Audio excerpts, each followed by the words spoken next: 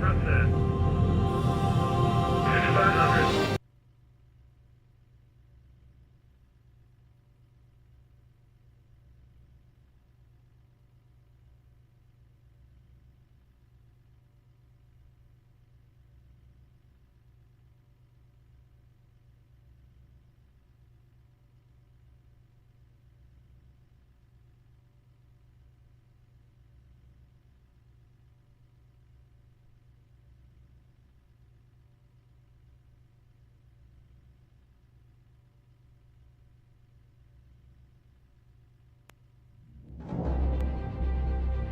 Nose forward on the 6.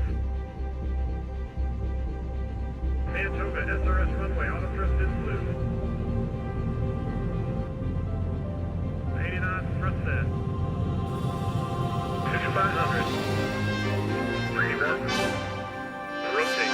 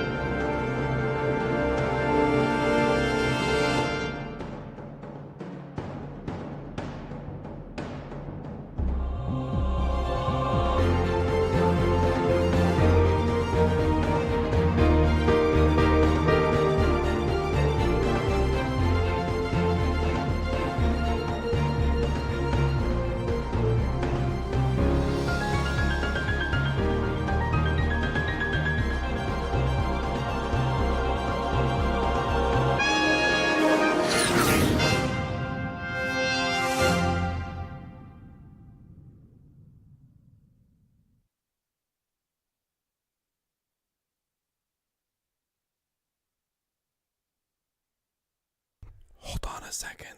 I have to turn the lights on.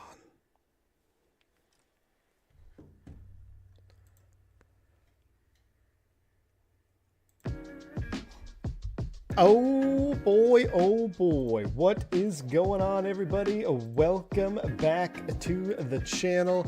Good to see everybody here on this fine Monday morning. Hope you are well. Oh, hold on, schedule alert. Jeez, of course, as soon as I go live. Schedule alert, and I still missed it. Yep, still missed it. Dang. Anyway, what is going on, everybody? Welcome back. And today is a day we've all been waiting for, the official release of the 319 321 from Fenix. We've all been waiting a very long time for this, but I knew that when it was ready, it would be ready and that it would not disappoint. And let me tell you, this airplane is not disappointing. Yes, we're in the 319 this morning. This is going to be a shorter stream. I wish I could do 2 legs. We might be able to do a return segment here. It's a short flight, Orlando to Key West. I actually have to go fly a real trip today. I figured, haven't flown all month.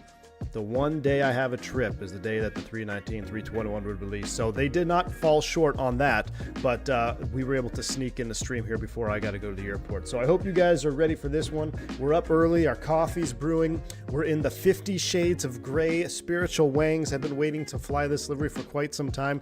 One of my favorite liveries on the 319 is this old, it's an old defunct livery now, but I just thought it looked really, really cool. Kind of a classic carbon fiber style looking thing on here. So a couple 321s had it as well, but they are also I don't think they're at Spirit anymore. They're off, and I think one actually crashed. But we got a lot to talk about. We got a changelog to look at. We got a short flight to do. We've got another Spiritual Wangs loading in next to us. Look at that, another 319. I know everybody's going to be excited about the 321, but let me tell you, the 319 is where it's at. The 321 is cool and all, and there's actually more visual changes in the cockpit on the 321 than the 19, but the 319 is the Swiss Army knife. I mean, it can do it all. It can go far, it can go short distances, they can land on short runways, it can take off on short runways, and it's just a whole lot of fun to fly. So without further ado, before we fire this up, I want to make sure I have my cams. They're probably all jacked up. I was going to keep the stream at 10, but then once it dropped early, I was like, well, why don't we try to go early and see if we can do a return segment, because it's only a short flight down to Key West. And I am using, of course, the Moza base updated today as well. So the software got all my profiles got jacked up. Hold on, give me 1 second here.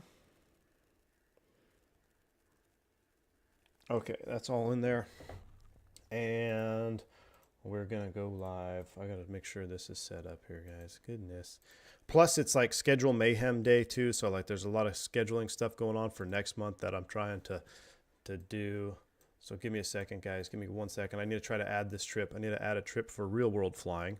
And then we're going to do fake world flying. I'm adding a trip for next month. And boom, we'll add you. Beautiful. Ooh, good. Ooh, it's got a red eye, but we'll add it. Okay. Enough of that.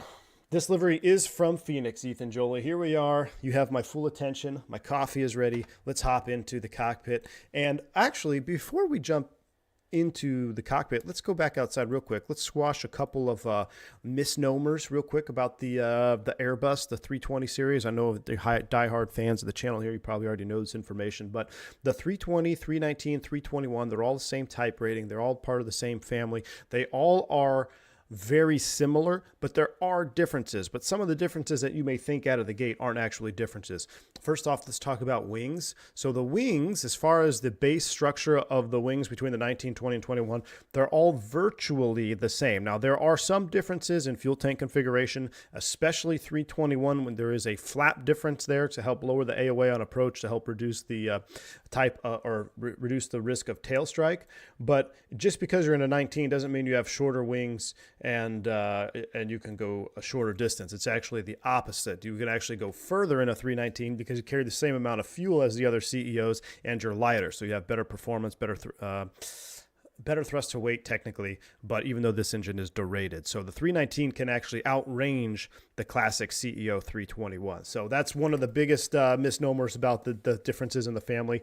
And as far as getting in the cockpit, though, there's not a whole lot difference between a 20 and a 19. When you get to the 21, you're going to notice a lot. I say a lot more. You're going to notice a few different things, and mostly it's going to do with the fuel tank selection, where we go from regular center tank pumps here that are actual electrical motors pumping fuel to a more of a motive flow, no moving parts.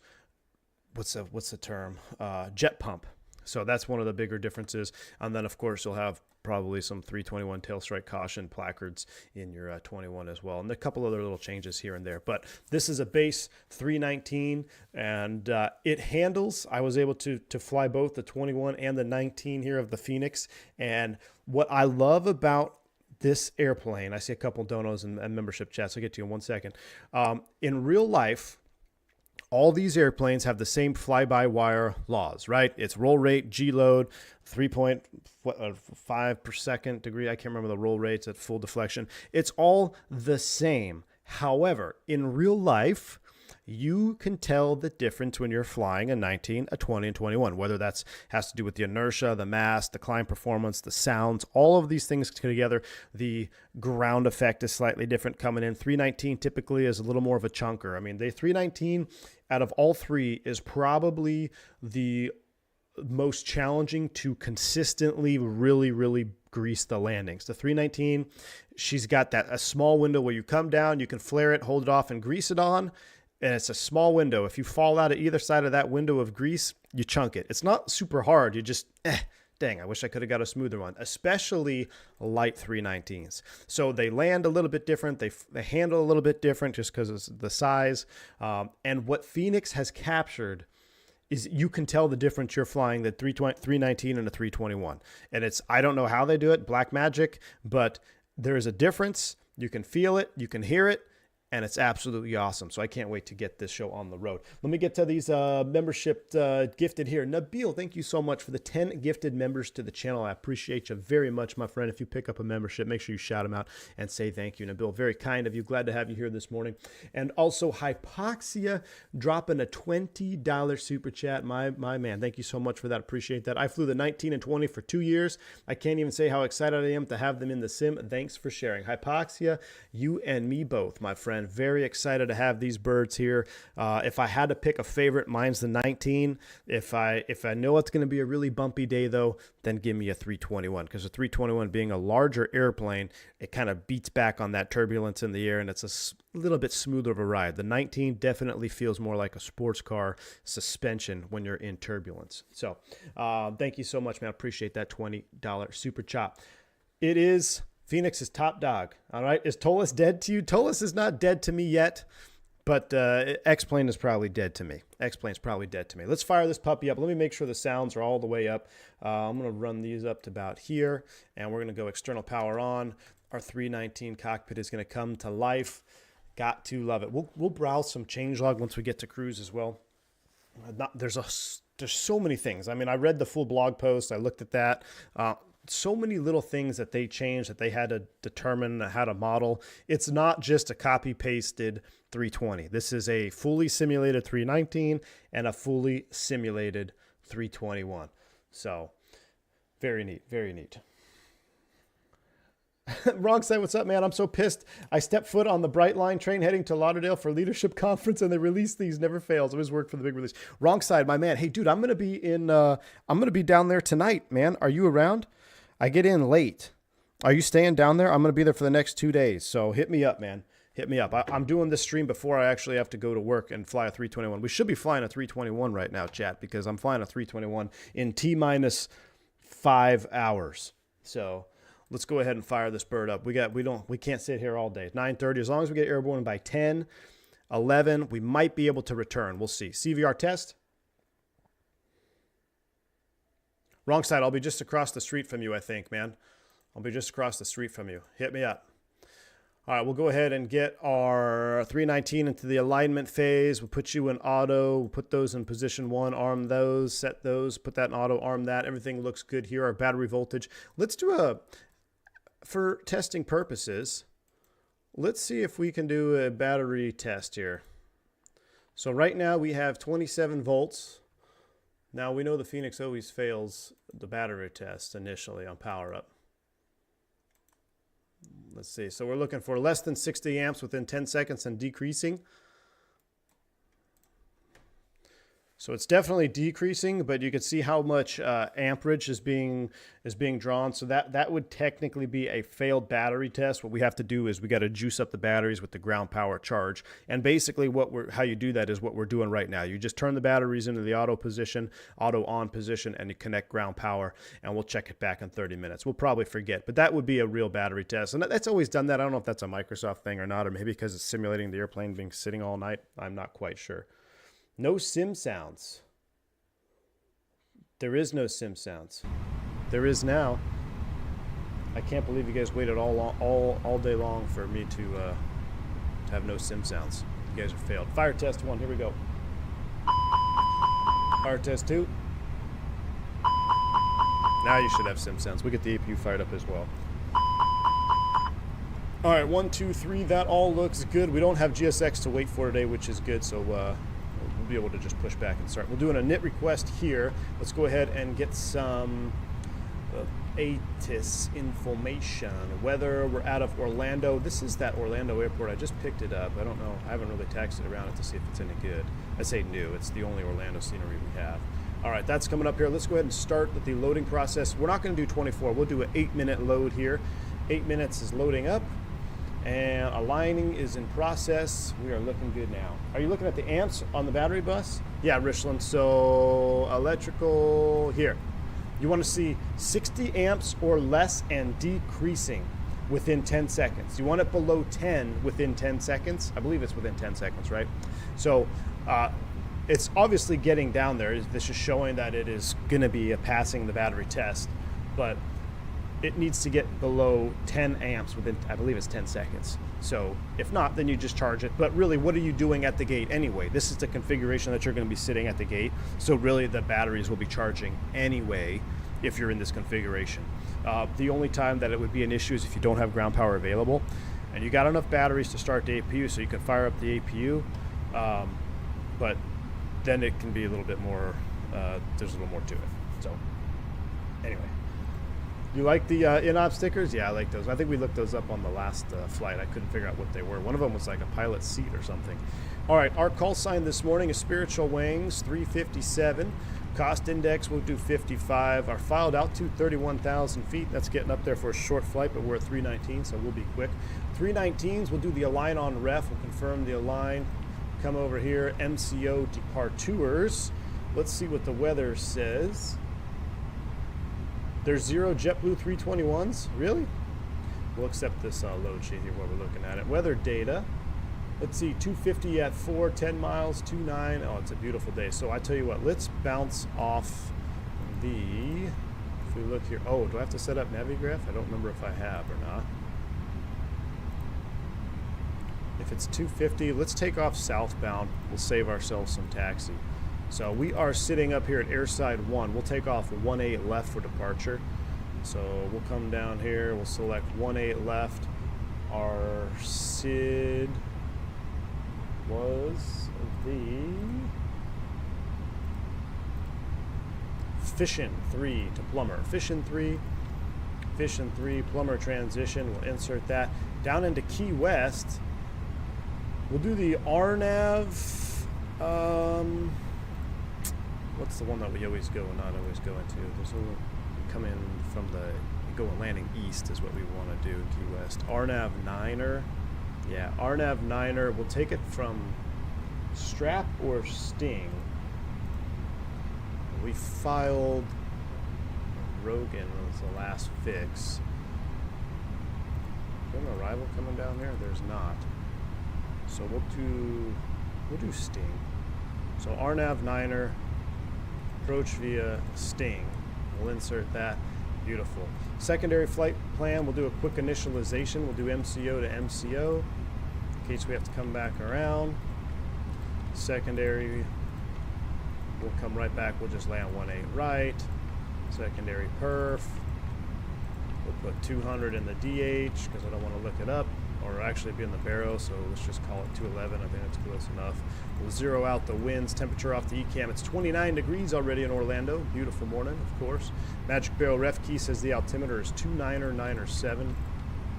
29907 is set. RadNav, nothing to hard tune. We'll put MCO in the progress page. Perf data and NIT-B, we'll leave it there. 2 minutes to align. How is our loading doing? We'll come back to here. We're almost loaded up. Let's go ahead and get the APU fired up. We'll take a quick listen outside. Oh yeah, we got one there, 319 going. Ooh, look at all the spiritual wings. You know, I should be doing a V-Spirit flight today, but I don't have that set up on this PC. So here we go. Take a listen. We'll spool up the APU.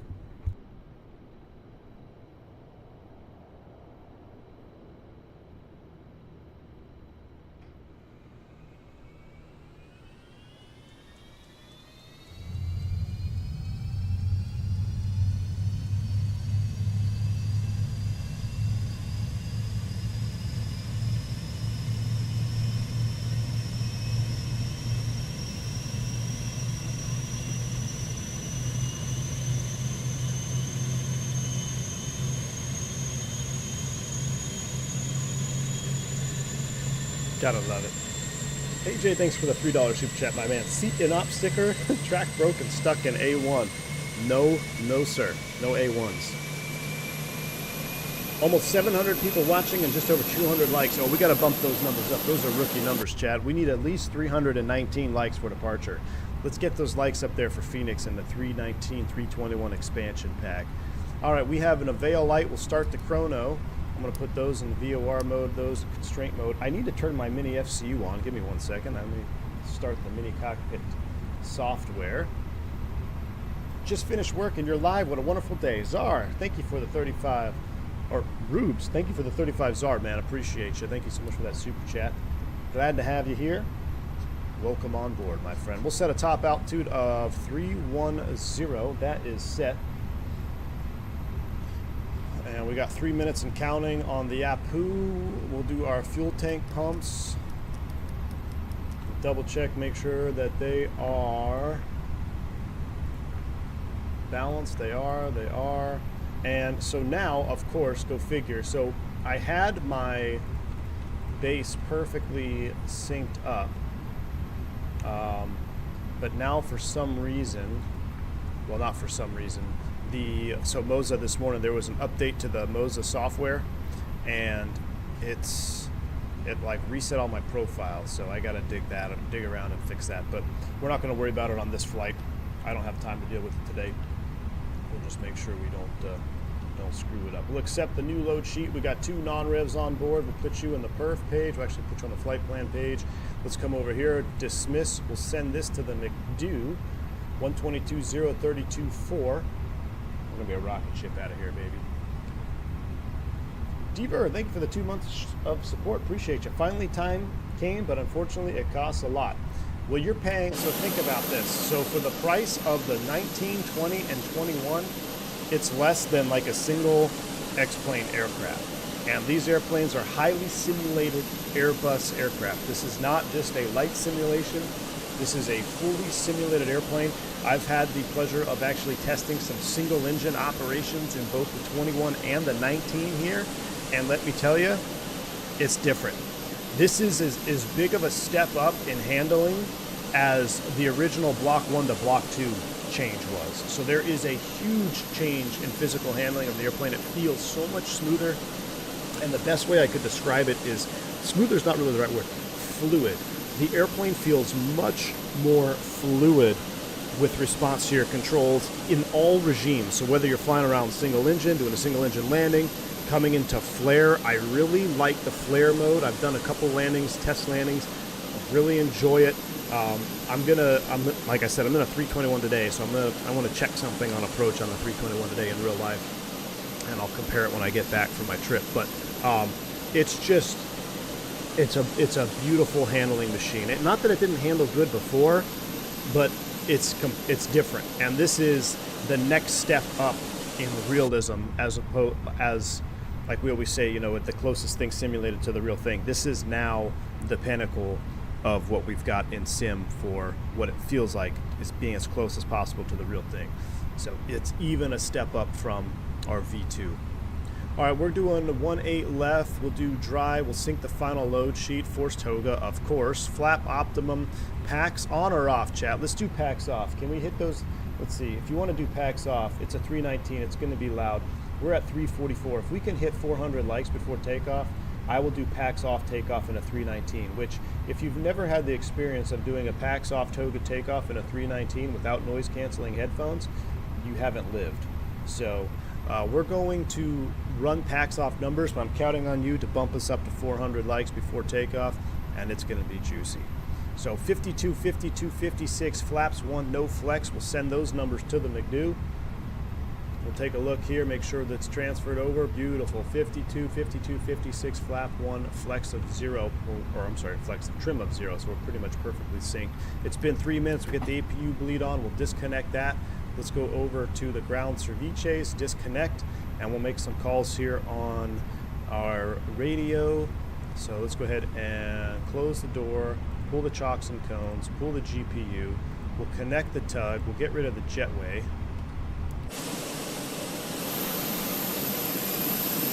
Listen to the pack spin up. Gotta love it. 747 viewers. Wrong airplane, but I love it. So let me see why I can't. I need to bind my push to talk. There we go. Apply, apply. Beautiful. All right, push to talk is bound. I don't have GSX installed, Pilot Unknown. GSX is dead to me, my friend. I couldn't get it reinstalled, and it's officially dead to me. So, but it does work. It does work with the airplane. All right, we need to get the Unicom for Orlando, however, 20-9. Let's go day charts. I'm not sure which one it's going to be, but I'm going to do what would be real life. 18 left would be 24.3, so that's what we're going to throw in the COM 1, 24.3.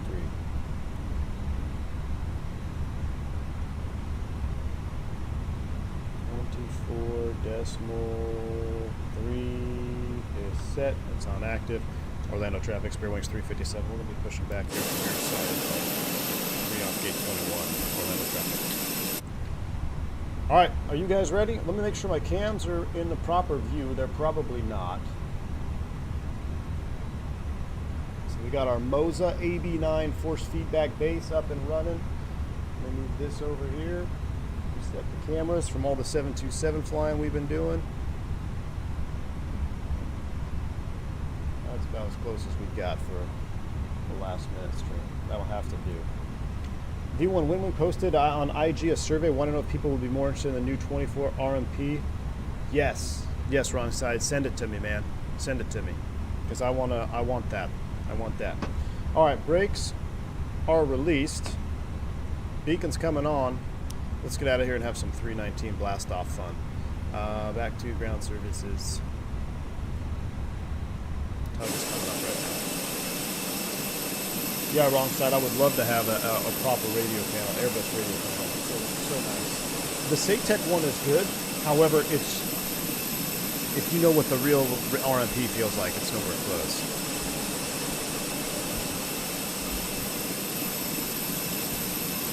I want to fly and watch. Am I torn? What to do? Hey, Sam, fly and watch, my man. Fly and watch. Oh, look at that view. Look at the new window textures. We got a little extra COVID on there. Looks like we even have some monkeypox on the windows. Gotta love it. Love the new window textures. All right, we're in the push. I guess we're starting. Seatbelt sign should be on. That's why we do before start checklists. I'm just going to push straight back, so if that guy wants to push, he can push as well. It won't block anybody.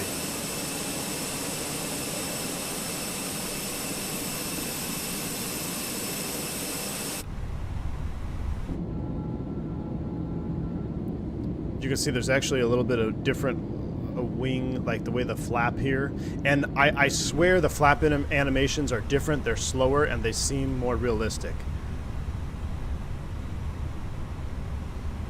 You guys tell me. We'll start. We'll set the flaps here, but I swear the flap animations are completely different too, and they look so good, so good. That's right, the combo: COVID and monkeypox. Kelly Simmer. I know, man. You don't want to be messing with these windows.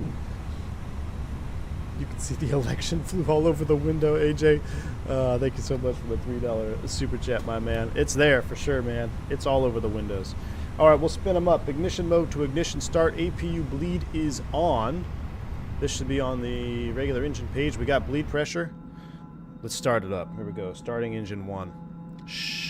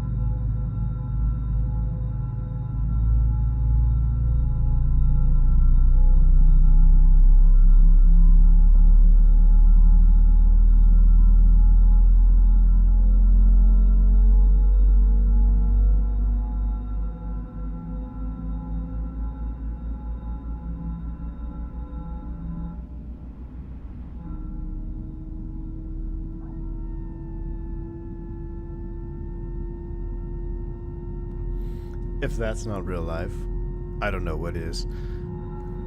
Let's start up engine 2. Well, let's make sure we've got a good start on 1. Good start on 1. We got the avail light. Turn in 2. Here we go. PTU comes on. Engine masters are no longer split. Park brake is set.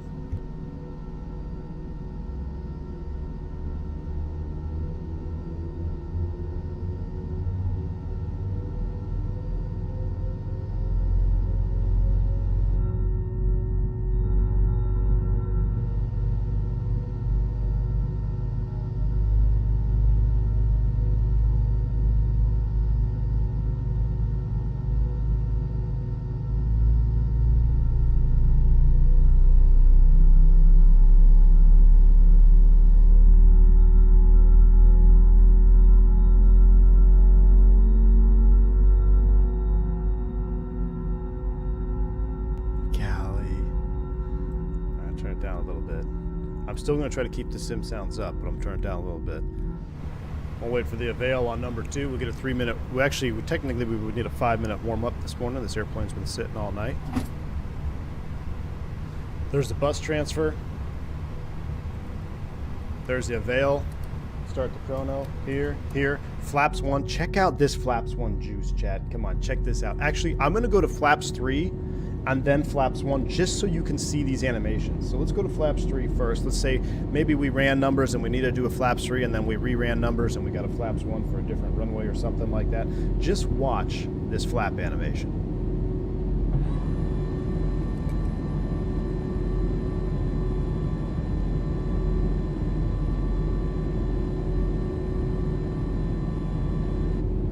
That's real life. That's real life. V-Pilot, we're not going to Boston, we're going to Key West, my man. Sorry, I didn't update the route. So we'll go back to Flaps 1. New flap sounds. But the flaps are smoother, and just look at that. Look at that, look at that. Gosh, I just don't want to go to work today. I'd rather fly flight sim airplanes. It's so much more fun than real airplanes. New flap sounds. It looks much slower in the deployment, though, because before they used to kind of like shoot out, I thought. So you can see here now, this is because my new Moza profile is not updated. Give me 1 second, guys. Let me see if I can do a quick fix on this. Oh, that's interesting. Import preset. So,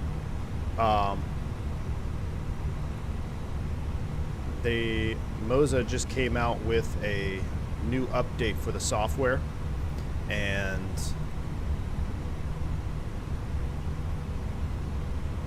it's nice, but it cleared all my profiles out, and I don't have time to reset up. That's close enough. We'll have to rock that for right now.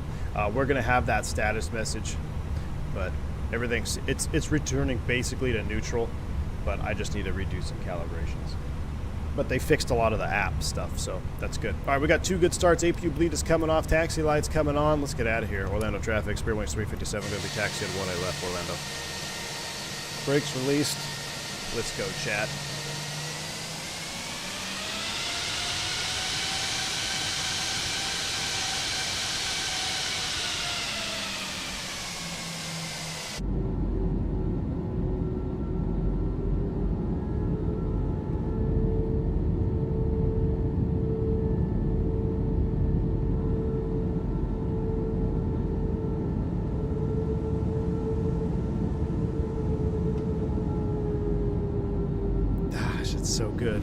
It's so good.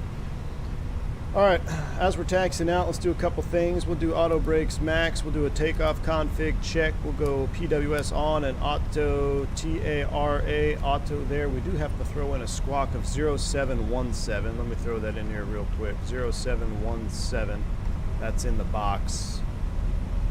Brake check. Pressure 0. Cabin, we're waiting on them.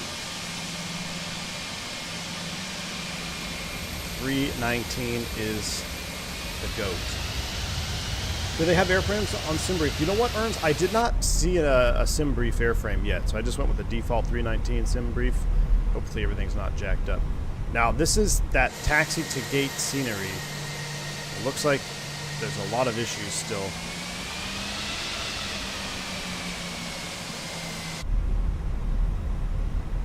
Mateo, good to see you, man. Welcome in. I'm a smartphone user and do not have access to something that you deleted. Sorry, but couldn't read it all. Any news plans from Fenix for an XLR or LR? No idea. No idea, man. The SimBrief was on the website. Oh, okay, very good. There it is. Coming to SimBrief. Meanwhile, SimBrief posts are linked in the blog post. Okay, there you go. So you can pick them up, check them out on the website. Then I didn't have, like I said, I didn't have time for all that. We'll be alright. We shall be all right.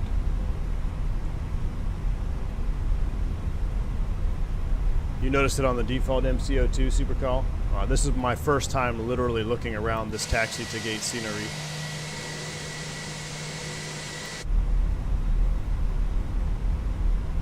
Was about to do some ground school studying, but I'd rather do some V1 learning. Carson, what's up, man? Good to see you, dude. 319 ground handling, very nice. How are we loaded today? We are gross weight 135, not terrible. Below max. A little bit of a scenery hill here. A little bit. This is a hill in real life too, coming up over this air side. Yeah, there's a couple of these bumps I've noticed in the scenery. Nothing that the Fenix can handle. We'll jaunt over here, join Juliet, and go downhill. Yes, the 319, 321 are already released. They're already out. How is it on frames? Beautiful.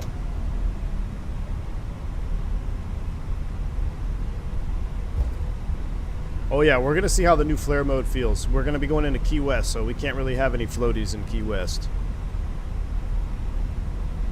Yeah, this scenery is pretty bumpy. For $30, man. Ugh. We are off.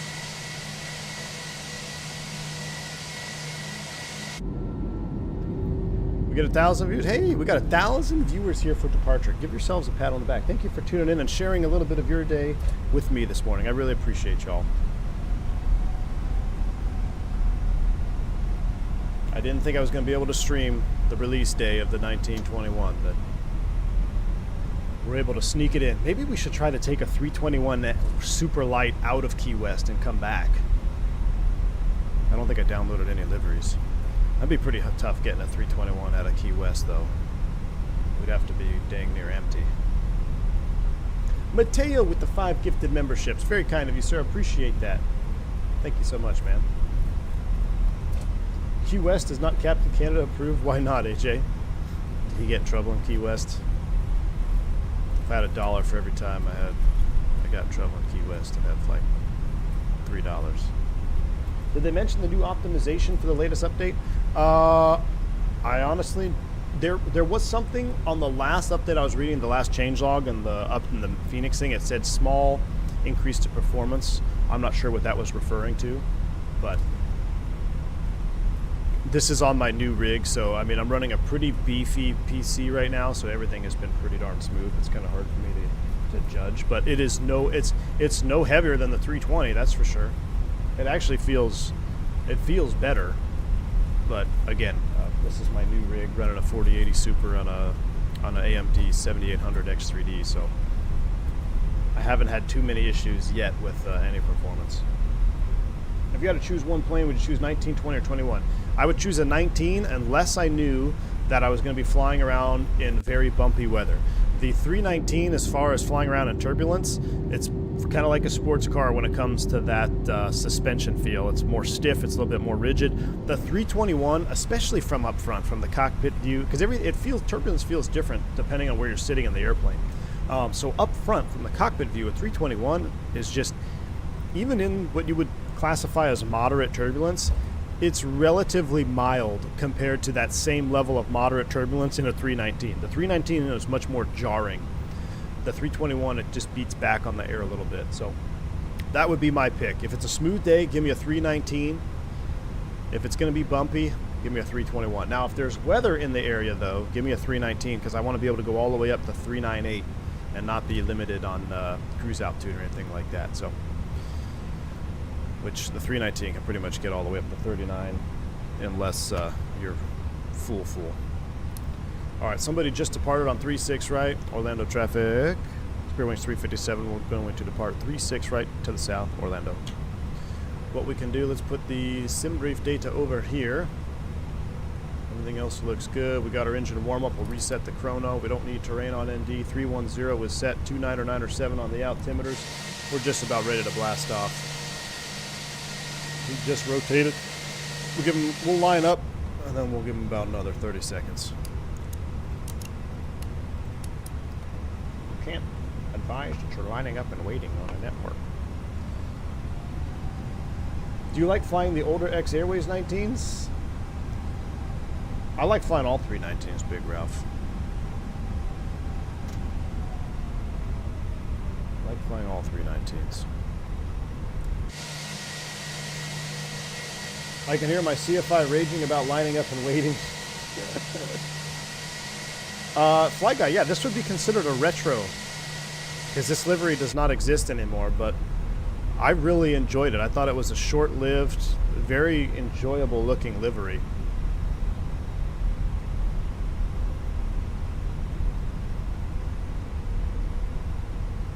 Oh man, I was flying with... Look, I was mentally prepared for a 321. I'm sorry, chat. I was mentally prepared for a 321. Sorry. That was a rookie lineup right there. That's a 250-hour lineup. I will tell you, though, and it works really good in these airplanes, if you need help with lining up on the runway. So as you cross the threshold, off your left shoulder, if you're in a 19, turn on the first stripe. If you're on a 20, go to the second. If you're on a 21, make sure you go to that third stripe off your left before you crank over. So looking out the window this direction, I pretty much waited till the third stripe, but I was at a 19. I should have turned on that first one. I was just too excited. So, but it really will help you dial in that lineup on the 321. If you go to that third stripe on the threshold, then crank it over, you'll pretty much be bang on every time. So, sim rate, please. What's sim rate? Not sure what that means. All right, are you guys ready? It's go time. Should we do it from inside view? We're gonna do it from inside and outside view. Get those yogas in chat. Packs are coming off. We hit 400 likes. You guys are awesome. Packs off. Toga takeoff. I tell you what, I kind of want to do it from the cockpit view just because it's so loud from the cockpit view. Spool them up 50. Here we go. Enjoy the departure, guys.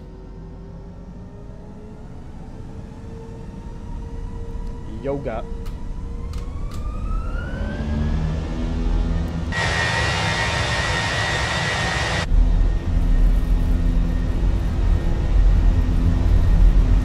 Mantoga SRS auto thrust blue.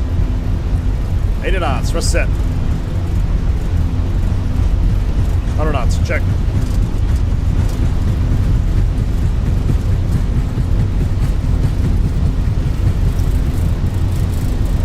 V1. Rotate. Positive rate, gear up, fly with. Oh, baby, I love it.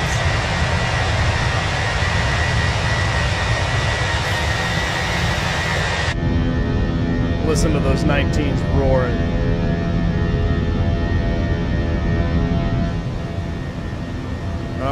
We're pretty much going into VLS. Let's lower the nose.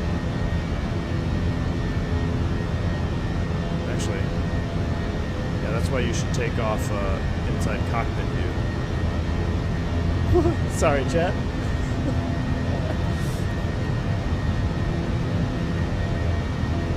Thrust reduction from window view.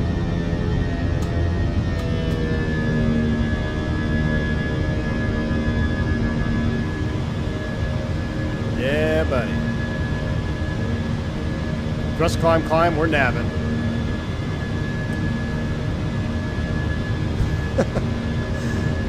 Pretty much stalled it on departure.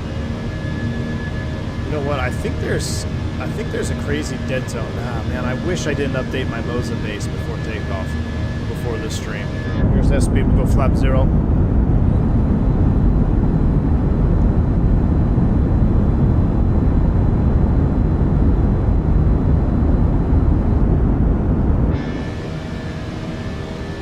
Pack 1's coming on.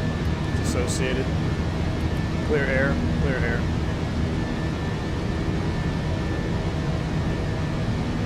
At or above 3,000, no problem there. Let's go. Pack 2's coming on. Pack 2's coming on.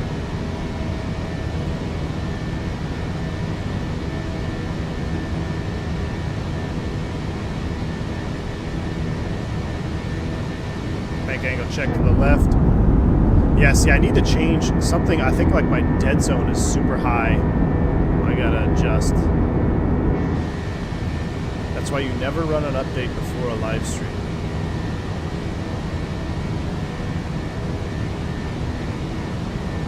I'm gonna hold it there.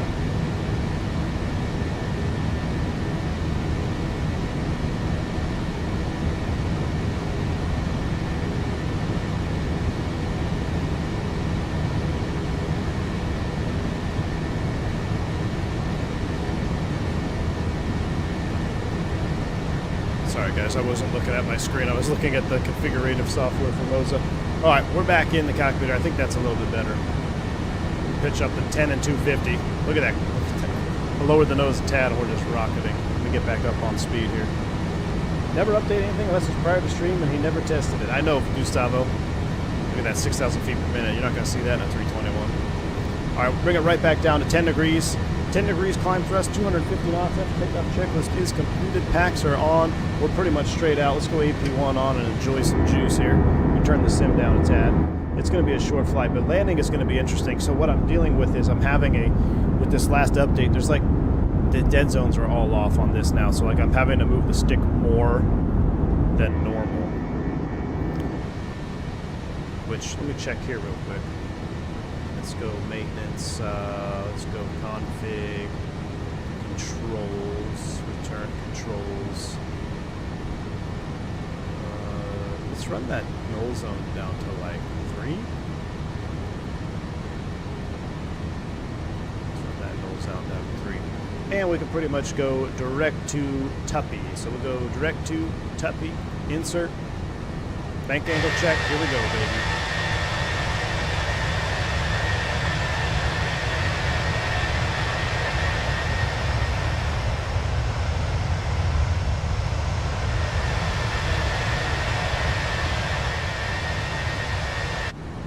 All right, we're at 10,000 feet. We'll get the lights. We'll accelerate, move forward. Call here. Let's see. At a 10,000, cost index 300. We'll have to monitor our. We're going to monitor our climb right here at 300 knots and at 19. And Sam, you'll have to let us know what you're doing, because Sam just took off at a 321. So we'll have to see what his climb rate is at a 10. What's the longest leg you've done? 7.5, almost 8 hours. Lima, Peru, I think. Yeah, definitely Lima was the farthest. I think we blocked like 8.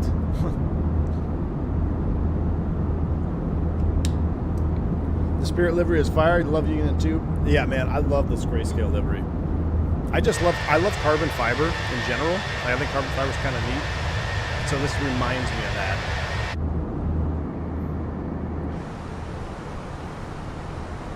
You took off out of Phoenix with 38,000 pounds of gas. Yeah, good luck, Sam. So right now, we are pushing 2,500 feet a minute at 300 knots. And it's toasty out. It's still plus 23. It's plus 4 on the ISA. So 321. Yeah, what climb rate?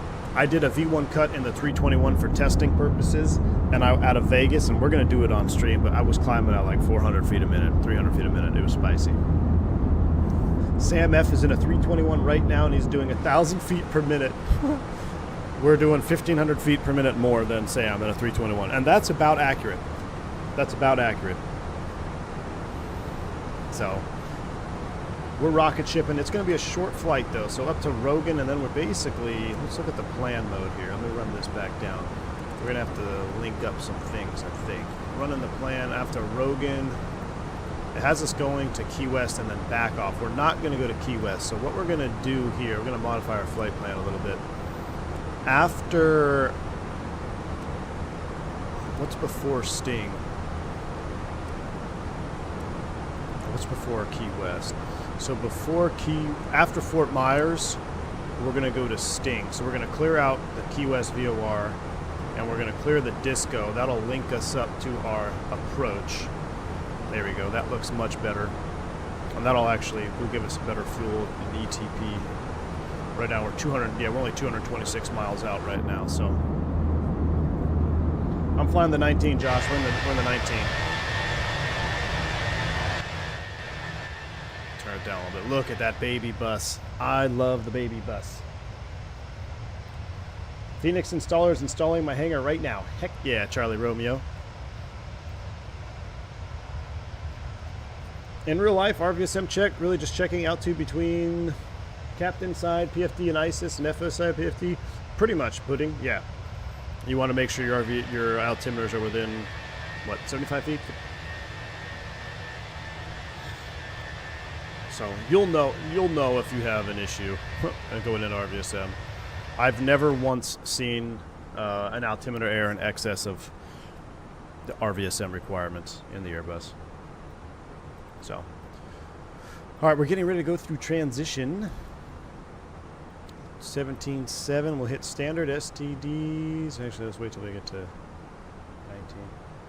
Is it easier to go from a 19 to 21 or vice versa?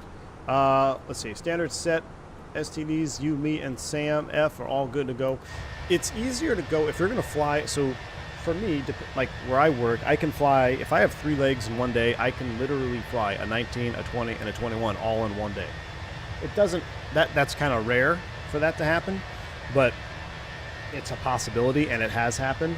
It's easiest to go from the 21 to the 19 just because you have a lot more forgiveness in the 19. The 21, what's the biggest thing that everyone's concerned about in a 321? It's tail strike avoidance, right? 9.7 degrees, compressed struts, that's your unemployment attitude. So on landing, you're, I'll say concerned, but it's always a cognitive thought, right? Hey, a tail strike, 321, taxiing around, what airport are you going? Are you small airport? You know, taxiing a 321 around LaGuardia, it's tight maneuvering constraints. You got to be cautious of what you're doing. So going from a 21 to a 19, it's almost like, I don't want to say a stress reliever because you're not really stressed in a 21. It's just more of like, okay, this is, you know, I just got out of the 21. The 19 is, I've got a little bit more margin of safety right in the 19 when you look at things like of that nature, such as airport environments and also climbing and descending. You know you're going to be in a 319. There's really no arrival or departure or ATC instruction unless it's egregious that you can't meet. In a 319, you go full boards. This thing will come out of the sky. She will come down really quick. You can get up quick. You can meet climb restraints if you need to. So it really is it's the most capable of the three. The 321, you got a lot more things in the back of your mind you're thinking of. Tail strike. What about taxiing around here? How tight are these taxiways? How about my climb? Am I going to make that climb restriction? Descending. Are you descending with a little bit of a tailwind? Are you going to be fast? How are you going to slow it down? The 321 can be a little slippery coming downhill. So that would be the way I would describe it. What's your PMDG might bring out the 777-200 and charge 80 pounds, so you have to hand it to Fenix 2 planes for 40. Yeah, Scotty too. I agree, man. I mean, I think they priced this very fairly considering what they put into this airplane to make it make them independent airplanes, right? It's like going from an F-250 to my girlfriend's 4Runner. Can whip that thing around like a go-kart. Exactly, wrong side. Exactly. Do you also fly Neos? I do. I fly Neos. Any difference in ratings? No, they're all the same. So the only differences in training, so you're going to have to do like you'll do a differences course. On your initial type ride, you're responsible for knowing the Airbus, whether it's a 19, 20, and 21, you're responsible for knowing them. Now, when you go through recurrent, you also are responsible for knowing your specific fleet and your fleet's differences. So I do responsible for that too on an initial type ride, but I think technically an initial type ride from a Fed examiner, there's a little bit more, I guess everything would be considered fair game, I guess, if that's a good way to put it, because it's an initial Airbus type ride. You're getting a type ride to go fly Airbuses all over the world when you get an Airbus type. So there's a little bit more at stake. And then during recurrent training, that all still applies somewhat, but then they really focus in on fleet differences. You know, what are your minimum fuel tank imbalances depending on what fuel tank configuration you have on your aircraft? What's the imbalances for landing? So little things like that get a little bit more technical when you start doing recurrent training, because you have to look at your fleet specifically. Now, if your fleet has everything identical, which is pretty rare, then it makes it easy, right? But when you have a very diverse fleet, airlines, they buy and sell and lease airplanes from different operators that come equipped with different equipment. So it can start to add up. You know, you go on, you have 3 different engine types, you have 3 different sets of limitations for EGTs just on one airframe. So, do most of the line pilots enjoy the 19, or is that unique to me? I think it's unique to me, John, and here's what makes the 19 even more enjoyable for me now is I mentioned this a stream or two ago, is I now use noise-canceling headphones, which I never used noise-canceling headset in the Airbus before until last year, or the very beginning of this year. And I didn't realize how loud the 319 actually was. I mean, I always knew it was loud, but I had a flight after a few months of using my Bose ProFlight's noise-canceling headphones. I had a flight where my batteries, they died on the taxi out. I'm like, that's fine. I'll just change them in cruise. I have spare batteries and all that.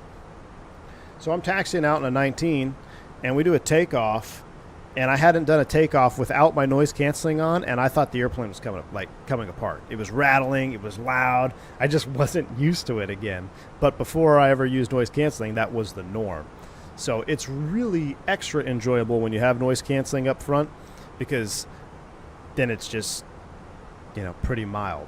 The 320 and 321 and any of the Neos are too quiet. I turn the noise canceling off for ground operations and pretty much anything below 10,000 feet, because I like to hear the engines. I like to hear what the airplane's doing.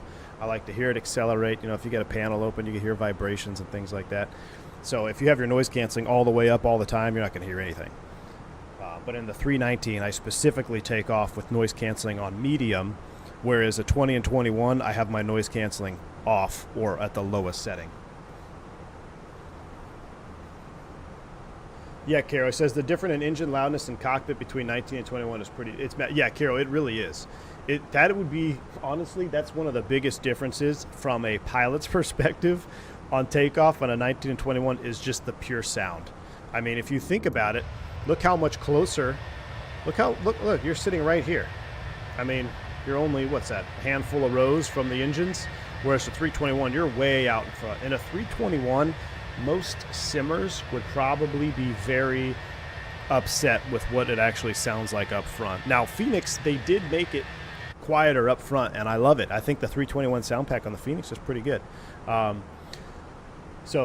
But up front on the 321 in real life, set takeoff power, it's very faint. I mean, you're just looking over here, and if it's a Neo, forget it. I mean, you'll hear a little bit of whine, but it's nowhere near like the 19. So.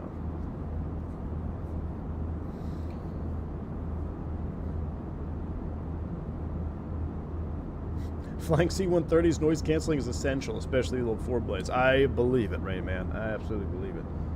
Have I tried the Air Manager app? I have not. Can we see the asymmetrical wing box?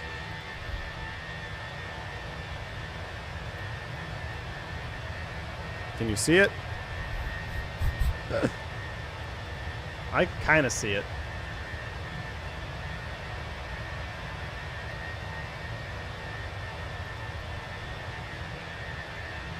We got our extra strake there on the middle. I love our extra strakes. Oh, look at that view. What a beautiful day.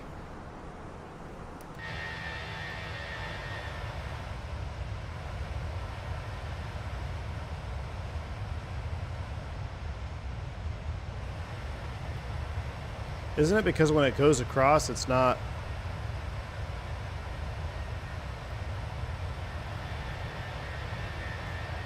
I don't know. The biggest telltale sign of a 19 is right here, honestly. This cargo door. It's right inside of the wing fairing here. Wing box fairing. It's there. It's subtle. Yeah, somebody posted a picture in the Discord with the line going across, and you can see it. But honestly, I've never even noticed that in real life. Maybe you can't really, maybe a tail view, tail shot. No. Somebody, was that on the post? Who had the picture with the red line going across where you could really see it? I think somebody reposted it in our Discord. And you could really see it. Yeah, the right is 15 centimeters. 15 centimeters shorter. That's pretty crazy when you think about it. Oh, you know what? On the livery, if you look at the livery with the scale of the gray,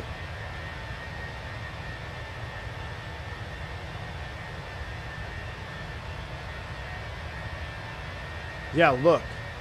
So it's still puffed out here on this gray line, and it's cleaned up, and it's not puffed out over here. You see that?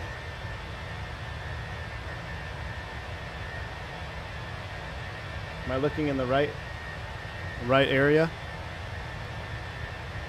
Like you can see by this black line, it's completely flush now. Yeah. God, I love the 319. Got your RVSM critical areas here and here. That's what those red boxes are. This is a good livery to see a lot of little juices. So let's actually come around here. So, I mean, because of the dark color, you can really see everything. So, of course, you got your AOA. Oh, it looks like we're leveling off now, of course. And then you've got the extended area here. So you got RVSM critical and then the extended critical area there, those squares. Got to be smooth. You got your tow max line. We don't have any ice detector. Oh, well, actually, does this have the ice detector option? It does. Is that on in my EFB? So that's actually an ice detector right there. The Spirit going all out, spending money on ice detectors on 319s. Oh, look at that, though. That's a view. I'm actually curious now. If I go into let's go into the settings.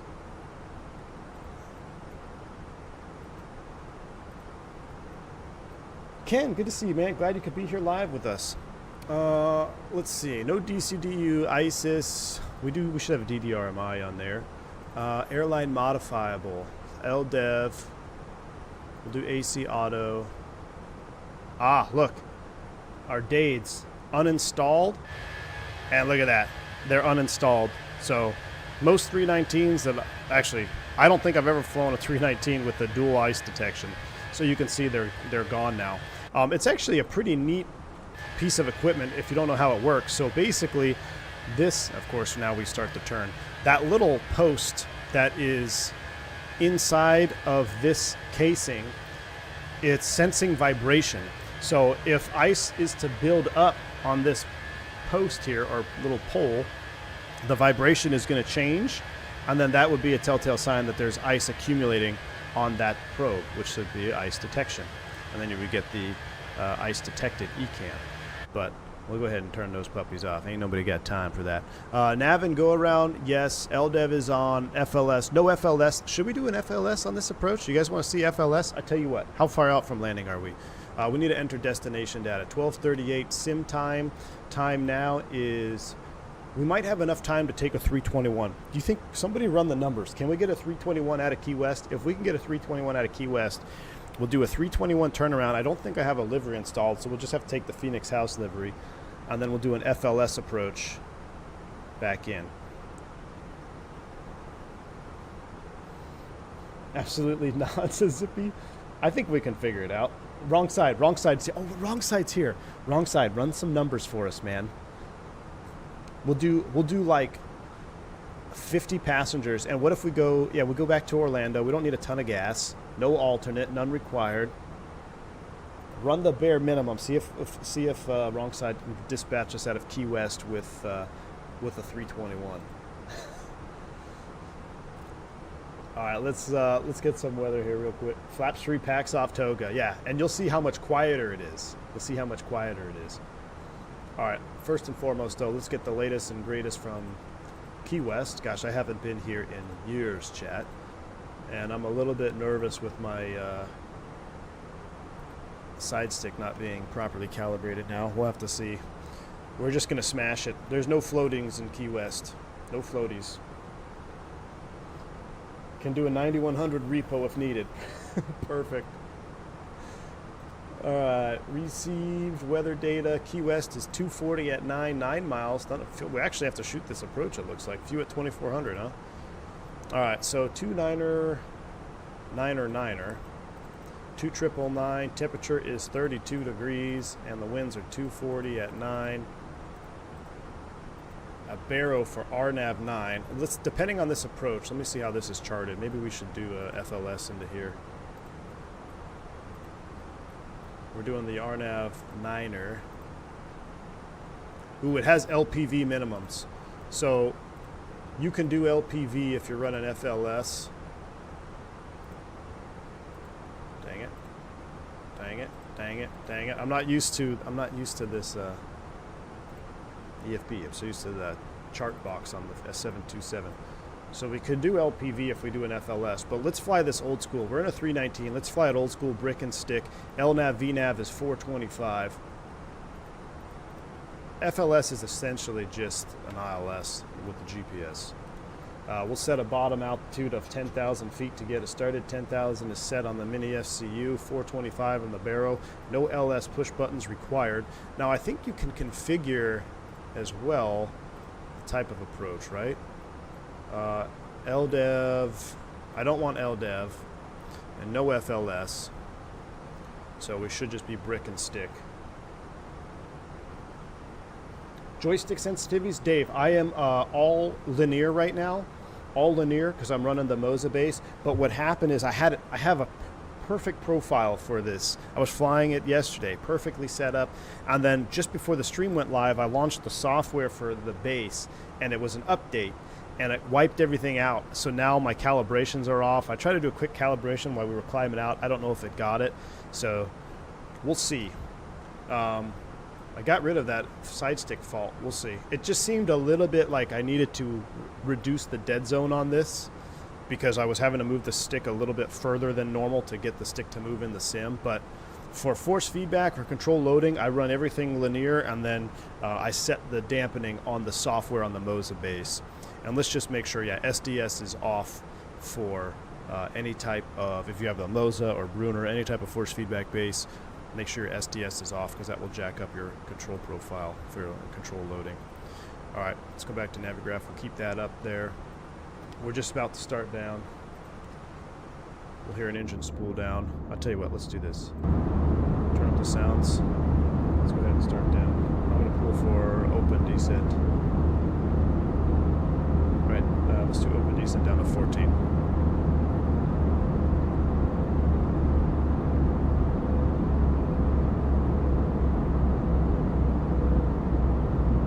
That sounds so good.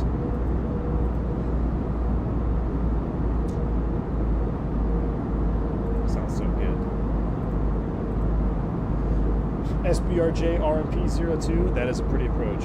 Can you only do LPV if you have FLS? Correct, in the Airbus. And if you don't have it, then it's LNAV, VNAV, because they don't have WAS. Correct. FLS is WAS, just Europe has to be different. So we call it FLS, or Airbus has to be different. But FLS, now not to be confused with SLS. This is a great question. There's a ton of confusion on this, even in real life, Chris. There's a lot of stuff. So like, there's SLS, there's FLS, there's WAS. WAS is essentially FLS. SLS is not WAS, but better than LNAV, VNAV. The Hudson, not SLS. LPV is FLS. SLS is not LPV. You can have SLS and regular, or you can have FLS and SLS. But you can't just have FLS, as far as I'm concerned. What did I say? Linear? Linear. Well, out here in Texas, well, we say linear. Did V1 fail English? No, but my English teacher never really liked me. I do remember. All right. Spiritual Wings Ops. We were not delayed. Ain't nobody got time for that. All right, we're on our descent. 25 for 14,000. Going into Key West. Beautiful shot right there.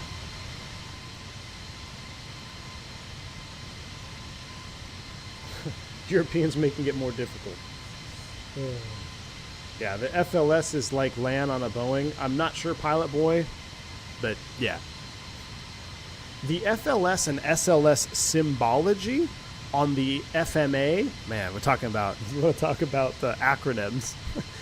The FLS and SLS symbology on the FMA is very similar, but there is a difference. In the UK, we say Linné. Oh, IAN. Yeah, I'm not sure what that is, probably. I'm not familiar with Boeing terminology. That is the baby bus, Mike Space. Mint, we are in the 319 baby bus today. Love those engines, though. Love the IE engine. 319 with IEs is where it's at. 319s with IEs is so dang good. Once again, I can show the old approach to SPRJ where you pass through the famous beaches up in the Christ Redeemer statue. Yeah, Gustavo, you should show us that, but you might. I don't want you to crash again. I mean, last time you tried to show us something, you went CFIT, and you're the CFIT expert. His does start automatic TOD? No, yeah, go. I pulled on my mini FCU. So I have my mini FCU up and running up here somewhere. You can't see it. So I've got my mini FCU up and running. That's what I control everything on. All right, we're at a 20. Let's go ahead. Seatbelt sign stayed on the whole flight. Everything looks good. Let's run some landing data. Make sure, I'm sure we can land here. We're not that heavy. Key West, we'll do condition code 6. Apply the METAR. Current landing weight is 130.8. We're below max. We'll do 1308000. I don't know how to set this. Do you just put 130? I used to put 130.8, but you guys say that's not right. Uh-oh, it says we need 7,500 feet. I should know how to do this. 1308.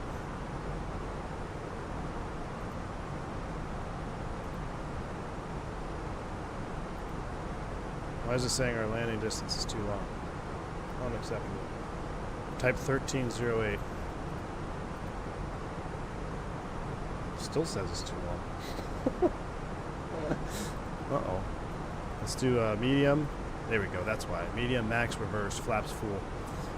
Our margin, and actually in real life, less than 5,000 feet, we would need, or less than 6,000 feet, we need to do medium brakes, full reverse is a requirement. So that's what we got. We'll set up, we'll actually use medium auto brakes. We'll do full reverse. We'll hit the magic rail ref for 29 or 9 or 7. We'll continue trickling down to 10,000 feet. And we're looking good. Can the Fenix do an LPV? Yes, it can. Yes, it can. Hope my wife enjoys being second place to a virtual airplane this week. Just kidding, maybe. Hey, Kyle. I'm right there with you, man.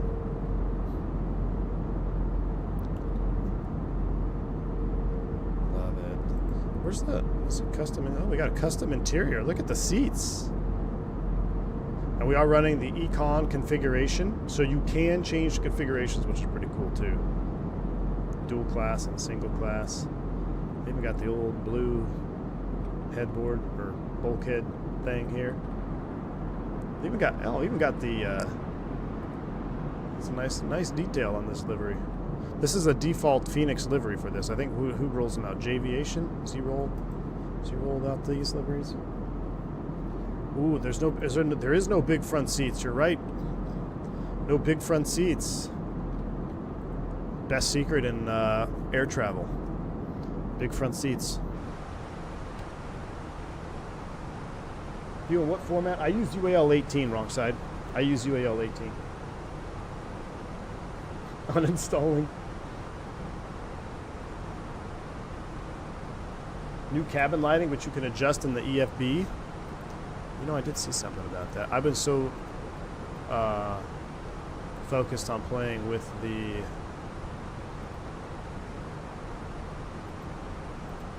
oh yeah, 25, 100. Hey, you can set it up how bright you want it. That's pretty cool. Do dim.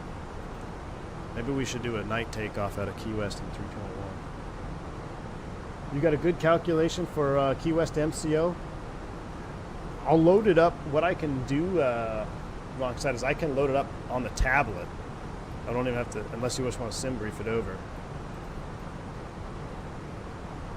Can we get the 319 and SKMZ? Jeff, I don't think so. $1,300 for big front seat, but your base fare is $30. Yeah, don't forget it's another $100 to check it back, key 6. All right, speed alt star. We're level at 10. We're going to continue our descent here. Once we get up there past Sting, we're going to be going down to 3,000.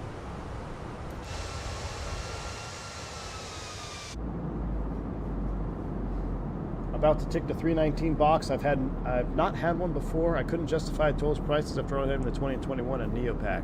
Well, all the gear, no idea. I can tell you, if you pull the trigger on the Fenix 319, you're not going to be disappointed, my friend. You're not going to be disappointed at all. John Jacobs, or Johan Jacobs, welcome in, man. Good to see you. Just came back from work. Well, I'm just about to go to work, so maybe it would be good if we do fly that 321 on the way back, if we have enough time. It's 10:30. We're looking good on time. As long as I can leave the office by about noon, I can make it home in 30 minutes, shower and shave, throw on the uniform, and go flying. All right, once we hit 250 knots, I will select speed. I'll just do it now. That's close enough. 250 selected. We'll come down here. We'll go activate, confirm. We got our 3,000 feet at Chet's. 3,000 is blue. We'll stand by on the descent. VDEV is active, so there's our brick. There's our stick. And we should be able to arm this up, actually. Yeah, we're going to be able to arm this up right now. Spare wings 357, you're cleared RNAV 09 Key West. Cleared RNAV 09 Key West. Spare wings 357. So we go. App nav, final is blue. Here comes the brick. We should get a final app. Yep, final app. Beautiful, just like the real thing. So this is good. This is how the current software is. Before, like when the TOLUS first came out on X-Plane, you had to be at the FAF inbound for it to go final app, which was how the software was written way back in the day. But now the Airbuses will do this. And final app, you get final app mode way out here on the transition. So we're looking good. 22.8, let me go Unicom. Key West traffic. Spear wings 357. We're at a 9,400 on the RNAV 09. About 12 from Chet's inbound Key West traffic. All right, so we're 250. We're on the vertical deviation. I'll get flight recorder ready. Don't have to worry about speed yet because we're on a 319. A little bit of speed brake, you'll be fine. All right, flight recorder is ready. And what's the final approach path? 3 degrees? Yeah, 3 degrees. So we'll be fine. A little bit fast. Do a little bit of speed brake. Crack the boards just a hair there.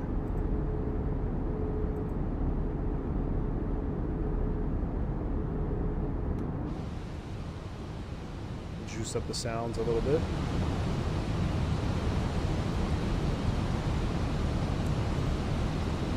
Sounds are juiced. Back to 250.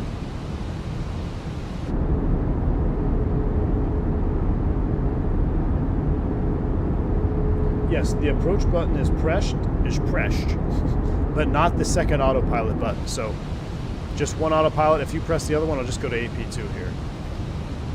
So approach button is pressed, but just AP1 or AP2, not both. All right, let's see if we can start slowing down and going down. We're going to select 210. We'll go full boards. Remember, you get full boards in the 319 with the autopilot on.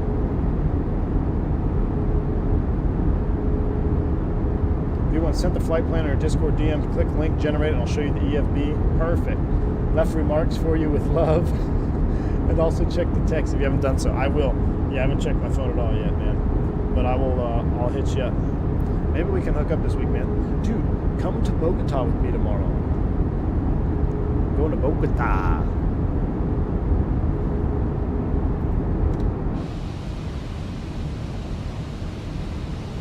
Hey, it's Jerry. I didn't do any updating of the GSX, or I'm sorry, not GSX, of the Navigraph. I think it automatically installed. We seem to have a current database, and I didn't do anything, so.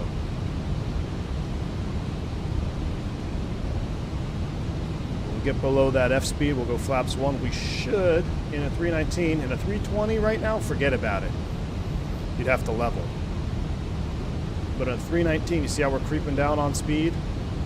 We're looking good. Now we'll go flaps 1. Speed checks, flaps 1. We'll get the slats out. Now that's going to hurt us a little bit because we're going to get an approach idle here. That's a side stick thing, I know. I thought I fixed it. Changing the nose. Oh well. Set 180 on the speed.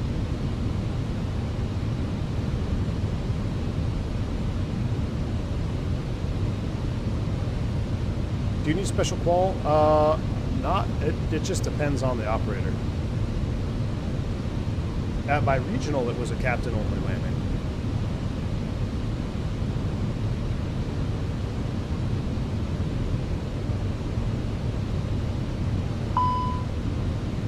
I know. It's still out because we need it.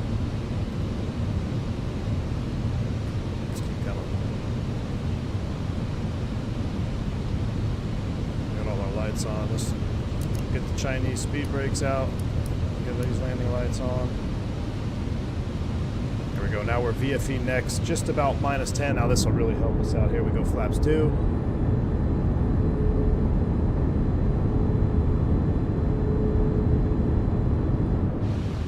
Look at that. Now we're really, look at that. On speed. Flaps 2, 180, you're golden.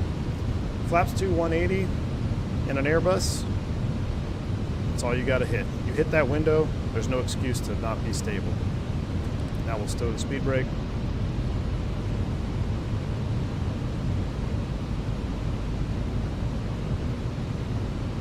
I'm excited for the 321. It'll be my favorite, as the 739 is my favorite. 7.3 sim pilot, stick around, man. We're going to try to take a 321 off out of Key West. Our real-world dispatcher apparently got us some numbers to take a 321 off out of Key West, so we're going to have to run the numbers. We'll have to run the numbers. He already ran them, but hopefully they're good numbers. Let's see the excuses for this landing. Well, I'm telling you right now, I'm really bummed that my profile's all jacked up. I don't know how this landing is going to turn out, because I will tell you from flying this airplane, the landing flare is really, really good. Now, my side stick got all reset just before I hit the go live button. So that's my real excuse. I'm going to try my best, Gustavo, but we shall see.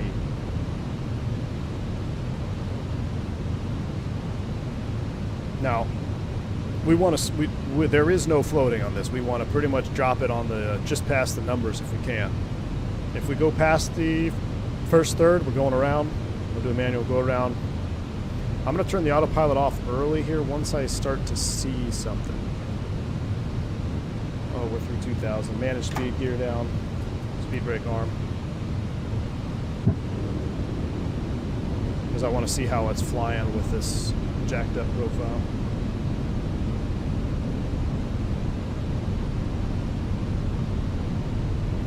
Flaps 3. And let's go flaps full from juice view. Look at that. Love IE. Flaps 40. Flaps full. Too much 727 flying. Alright. Oh, I don't have my... See, I don't even have my disconnect bound. Ooh, recording. Recording is on. 1,000. 1,000 feet. We're stable. A little fast, but we're trending towards the target, so we're looking good. Man, it's hazy. Let's go. Flight director's off. Give me the bird. Bird's on. Yeah, see how aggressive my roll is? That's the profile being all jacked up. Dang, that sucks. 100 above.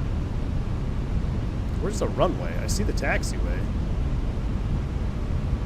Minimum.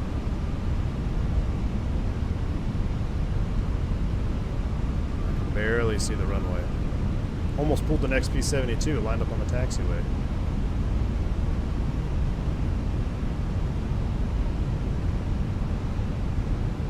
Probably should have tried this out before stream, huh? I think we can stop here. 8 knot tailwind. Jeez, I think that's out of our limitation for less than 5,000. 50, 40, 30, 20, retard. Oh, that was perfect. That was perfect.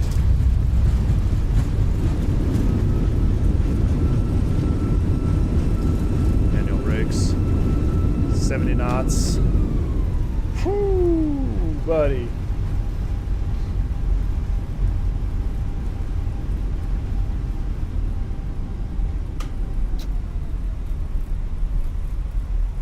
That was actually pretty textbook for Key West. So I gotta fix the roll on my side stick. The roll on my side stick's jacked up. But I think we might have fixed the pitch. So less than 6,000 feet, we got to be less than 5 knot tailwind. We would have been pretty much, I didn't see what it was when we came over the numbers there, but that would be a PM, pilot monitoring call. If we crossed the threshold and we're still showing 8, 9 knots on the tail like that, we'd probably have to punch out and go around in real life. But ladies and gentlemen, welcome to Key West. I would park here, but I don't want to block that guy that just landed.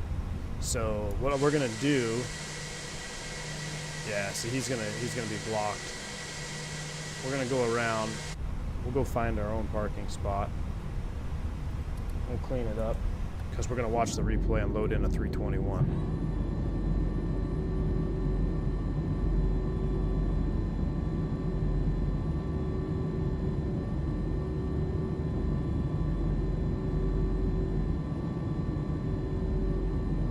I love that.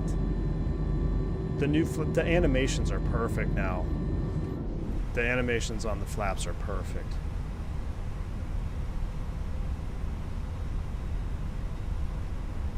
In real life, when do you normally lower your speed brakes and bring in the flaps? After landing, so once you're clear of the runway and you're not crossing any other runways, then you can run an after landing checklist. For the sake of time, we're going to leave lights and engines on. We're going to go right to replay mode.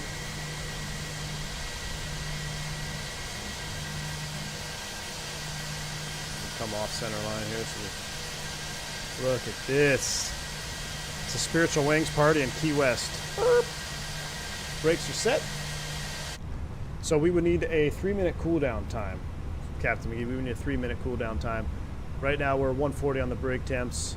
We didn't smash them too hard. I actually kicked them off about halfway down the runway because I knew we were gonna make it just fine. So what we'll do now is we will disconnect from we'll disconnect from Aveo Premium, and let's watch this replay so then I can reload in a 321 and we'll do a 321 out of here, which will be spicy. So let's see how this was.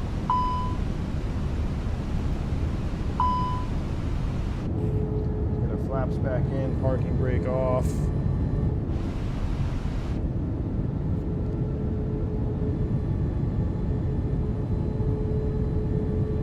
Does it record? No, you start the timer after you clear the runway. So that's the first officer will start the timer after you clear the runway. All right, spoilers are armed, flaps full, gear down, brakes are off. Yeah, so what's happening on my null zone is jacked up in roll. What's making it so jittery. I'll try to fix that here before the second leg.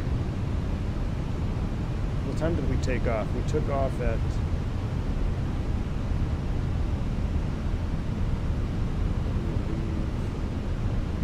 Orlando. I think 9:30. It's 10:40. It should be okay. This should be a quick turnaround.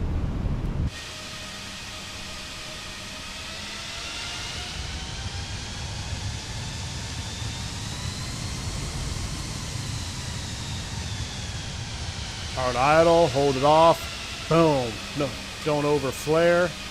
That was actually pretty darn good. Bang on center line. Man, I should end on that one. It's about as perfect as they come for Key West.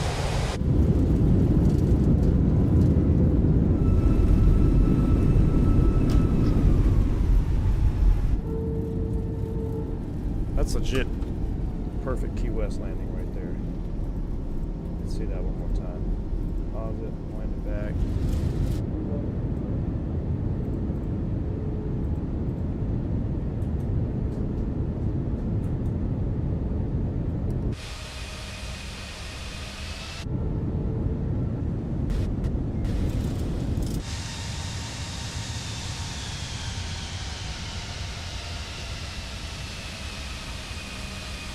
Oh, yeah.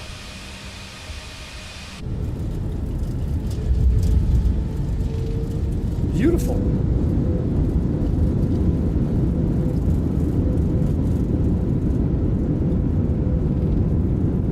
All right, chat. Well, I'll tell you what. I'm going to throw up the turnaround screen. Listen to those sounds. And I'm going to load up a 321. You know what? I think we have enough time to download a quick livery.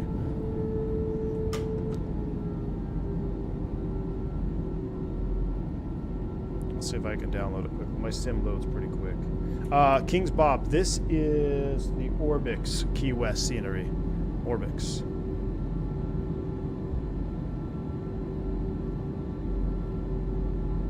Okay, yeah, then we went off into the dirt.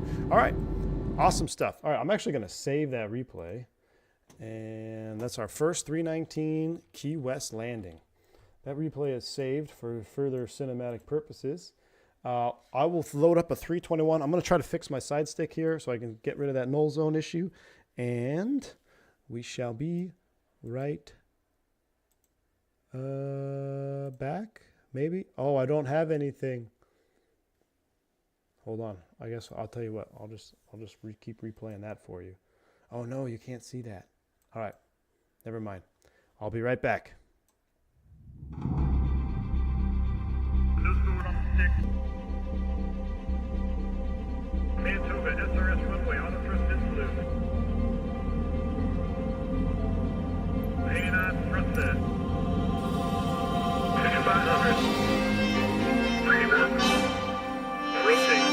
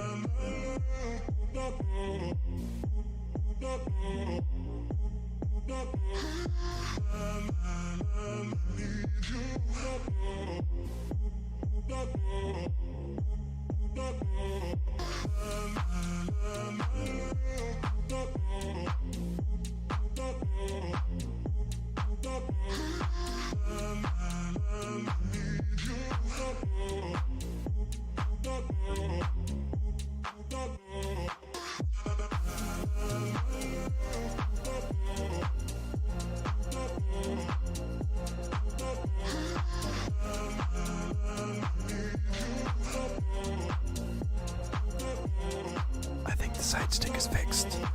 Booting now.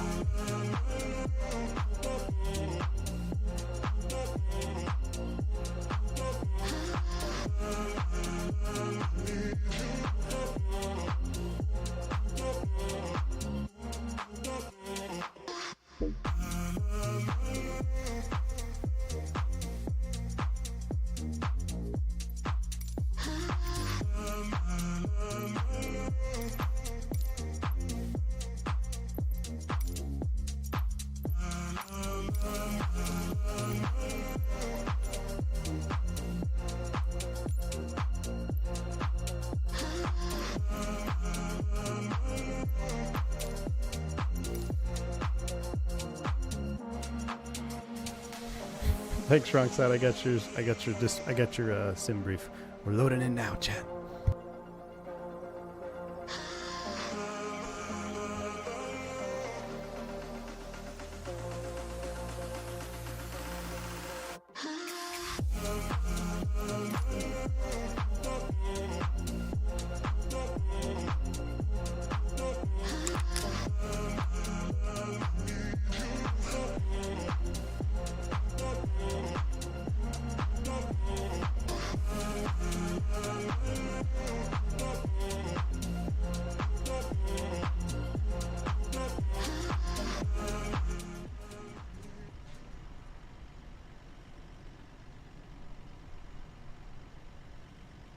All right, we are back. Sim is up. Sim sounds are up. Here we go. I just changed the call sign, wrong side. We're going to do a U.S. Airways heritage flight in a 321 with IAE engines. Matter of fact, the last time I flew into Key West, it was in a U.S. Airways painted Embraer. So this is fitting. So what was that flight number? Wrong side. Dang it. It was 88. What was it? 8868. Merkin 8868 A321. Let me file that. A321 is filed, reconnecting to the Aveo Premium network, and we're looking good. We are looking good. Here she is in all her beauty, chat. Look at that 321. I gotta say, I'm the 319 is my fan. It's my baby, but the 321 is no slouch.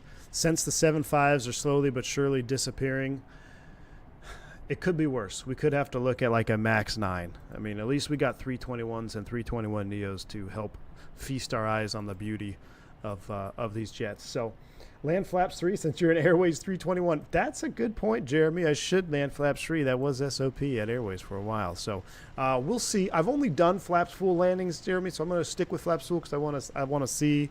I'm going to do a flaps full landing in about 3 hours from now in real life. So, I want to check something on this compared to the real airplane here. So we're going to fire it up. We don't have a whole lot of time. Let's go external power on, booting up. A321 is most proportional with sharklets, Ron. With sharklets, A321 most proportional. I agree with you. Without sharklets, it's really cool looking. But I think the 321, I think sharklets fit the best on the 321. 321 sharklets, it's your mini 757, in my opinion. We are reconnected on Aveo Premium, Gus. Thank you, man. We're up and running. Crew supplies coming on. Ground control CVR test. This is so Mike's. This is the heritage livery. So it's operated by American Airlines, but they're paying tribute to U.S. Airways, who actually bought them. So it's actually U.S. Airways doing it. And it's actually America West. Everything looks good there. We already run the fire tests. We get everything looks good up top. I'm going to let this align. We'll go to the FMGC. If we've got that, we'll pull this flight plan in. We'll come over here. Uh-oh. Uh-oh. Why don't we have EFBs? No. No. No. Don't do this to me.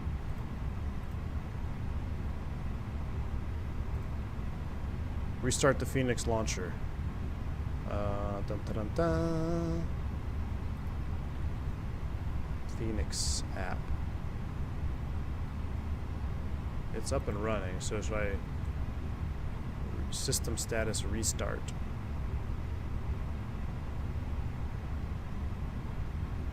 It's restarted in green.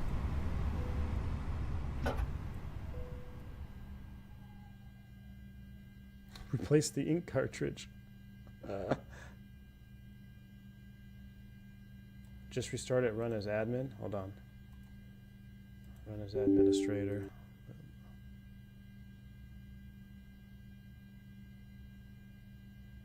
Do I need to restart the flight? Update iOS. What was it? What was it called? Hold on. Let's just do a restart.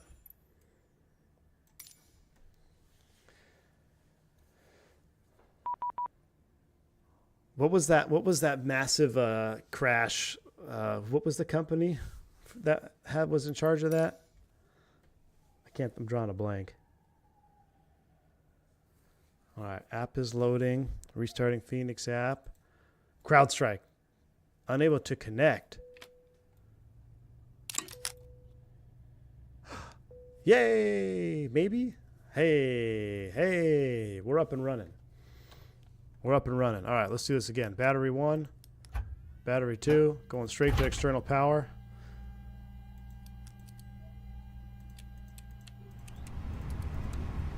Ain't nobody got time for this. Look, we're just gonna go super fast on the overhead. I should have just loaded in turnaround state. All right, everything looks good there. All right, she's booting up. That's what they get for not hiring you.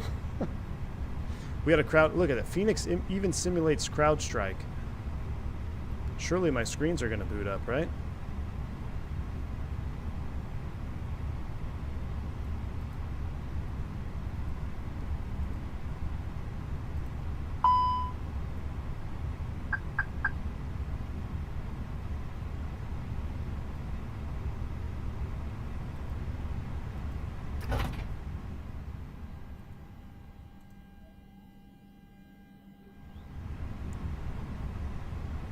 CrowdStrike brought us again.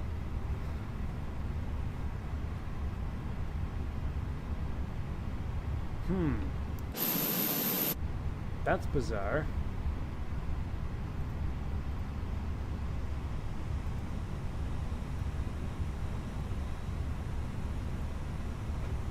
Everything's working.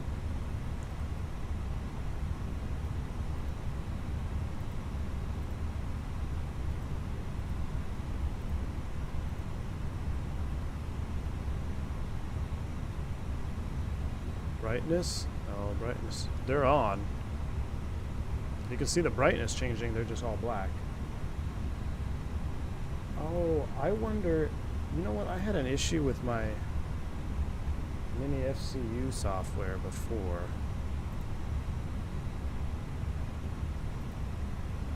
Run panel state again.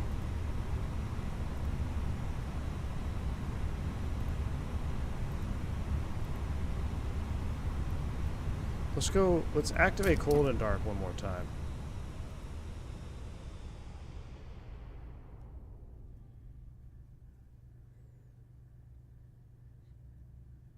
Carol says, all right, we'll just go back.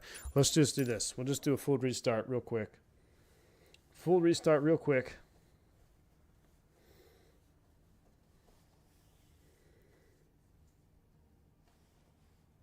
All right, we're fully restarted.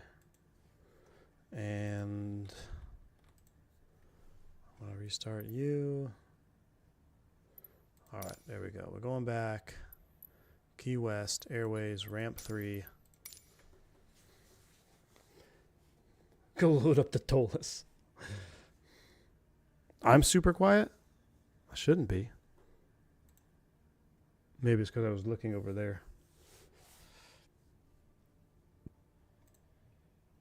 All right.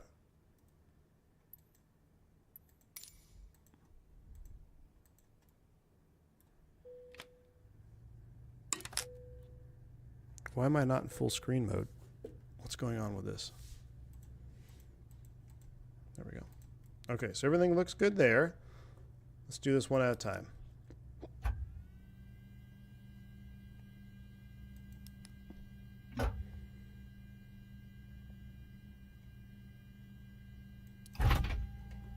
Survey says.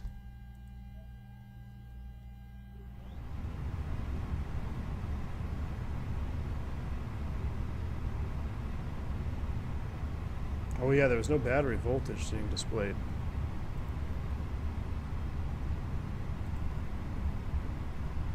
We're running out of time, chat. Okay, hold on. I'm gonna quit everything. I'm gonna restart the sim and the Fenix app again.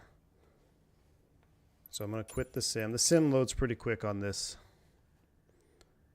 So let me kill you. Let me make sure the Fenix app is dead in Task Manager. Let's see. So there is no Fenix in Task Manager. All right, everybody's dead there. That looks good. All right, rebooting the sim. Don't worry about the black screen.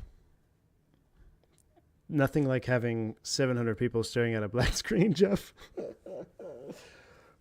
We got to be quick. We're going to have to go turnaround state. It's 11:06. How long is this flight? We'll just have to be ready state, probably.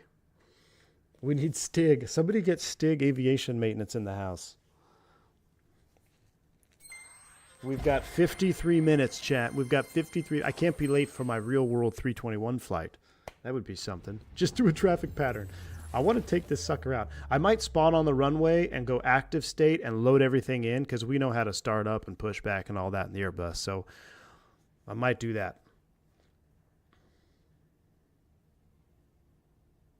I don't know if the old Fenix app's still available, but there is an option for alternative displays. Is there an option for alternative displays? I'm not sure, Will. I haven't looked that far into it, man.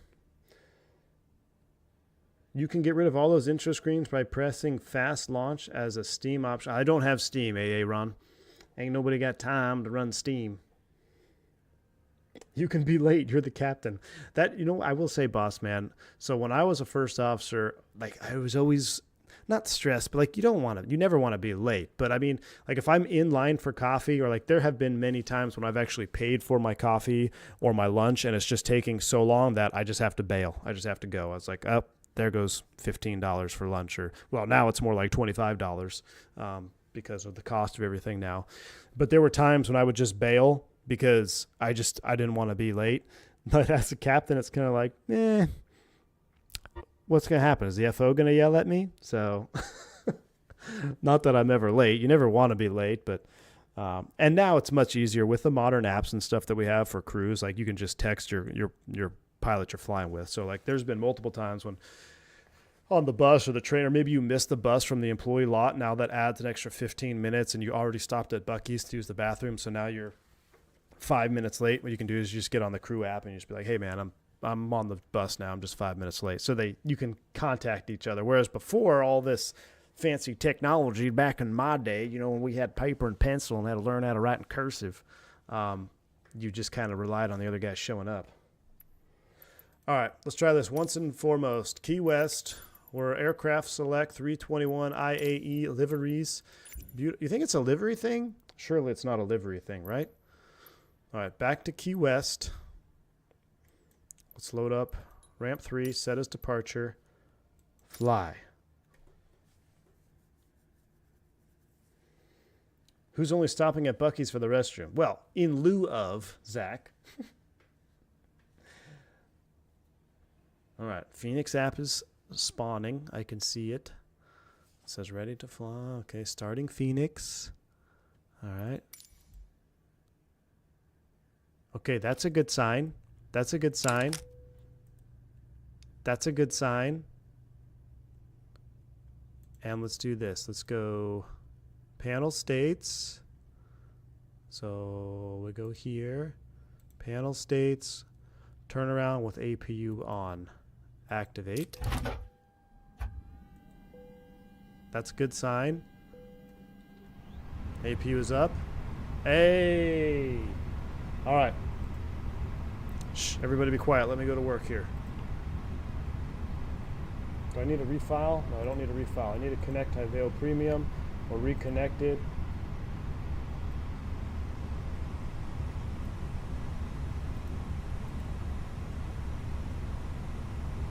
7666. Oh, for the squawk code.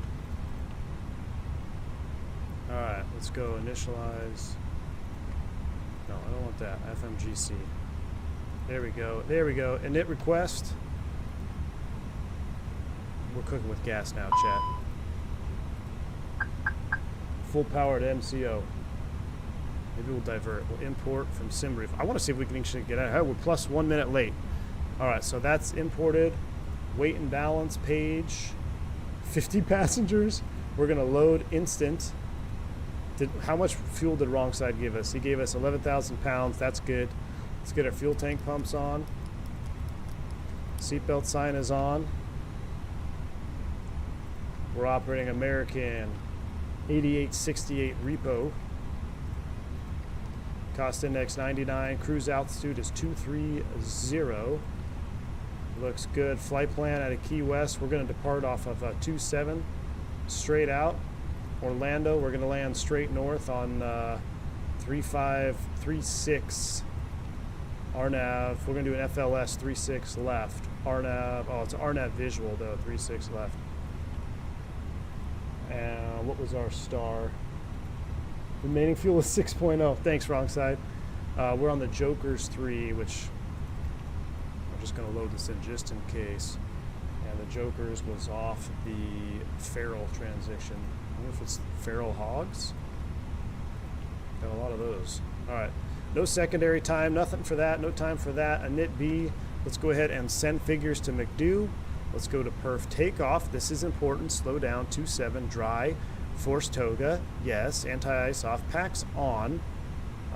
Sync live, sync final, calculate. 16:22:26, Toga required. Send to McDo. Beautiful. Perf speeds are in. Top altitude. My mini FCU does not seem to work with the 321 out of the gate. I don't know why that is. So got to be a me problem. My mini FCU worked just fine with the 319. But for me, when I load up the 321, it just gives me a black mini FCU screen. All right, 230 is set. Beacon light is coming on. Let's go ahead and start them up and get out of here. Actually, before we do that, make sure my flight controls are working. Yep, flight controls are working. Do I still have that? No, I don't have that message anymore. That's good. All right, I think I might have fixed the Moza base on that restart as well. So, flight plan page, that's up. Let's clear the ground equipment and start them up and get out of here, chat. Thank you for your patience today. Appreciate that. We'll get 2 of these on. Constraint mode, magic barrel ref, 3000 is set. Let's start them up. APU bleed is on, beacon is on, engine mode to ignition start. What's that? Side stick fault, null zones again. I'll deal with you later. I'll deal with you later. Alright. We're starting engine 1 from outside. Turning 1.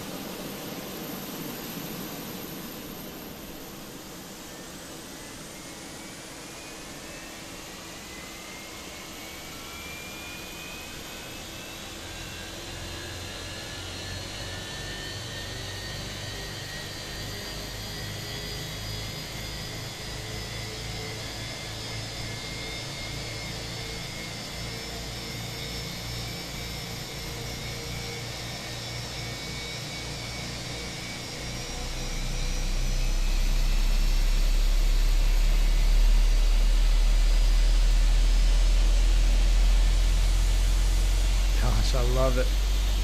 So this is actually the most powerful IAE variant on the 321, the less derated. Now Fenix still modeled a light variant 321. The landing weight and takeoff weights are lighter on this. I think that has to do with the engine variant that they modeled. But it's still the most powerful of the old 3. Yeah, Dougal, yeah, it's the same engine, but they're all, so 20 and 19 are derated to be less thrust. So that's why on the CFMs, they put those chevrons back there to help reduce the sound so all the noise-sensitive people can stop complaining about moving next to an airport. We got a good start on 1. Let's go ahead and start number 2 from the wing view.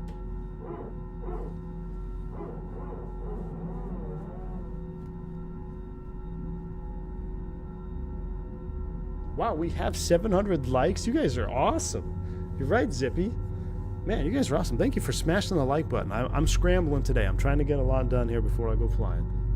Watching in my car, and that base shook the inside of my car. Nice.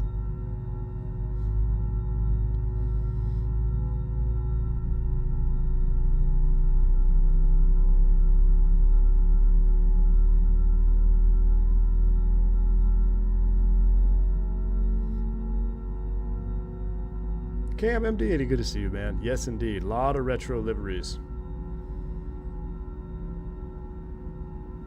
A lot of retro merkin. All right, we got a good start on 2. Waiting for the Avail light. Looking at our EPIRS and fuel flows, 960, 1,000 fuel. That looks pretty darn good. There's the bus transfer. There's the Avail. Just because I don't want to look at those messages, let's clear out the load sheet here real quick.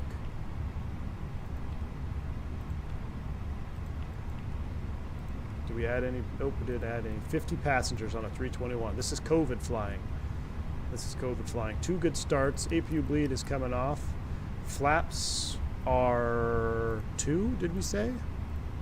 Flap 2. Now this is one of the largest visual changes.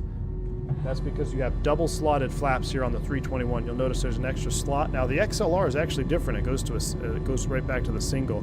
But this is for tail strike clearance, help reduce that angle of attack on approach, and better liftoff performance, so you don't have to worry about hitting the tail. So that's where you get that extra slot. Gotta love it. We are flaps 2. Trim is up 1.4.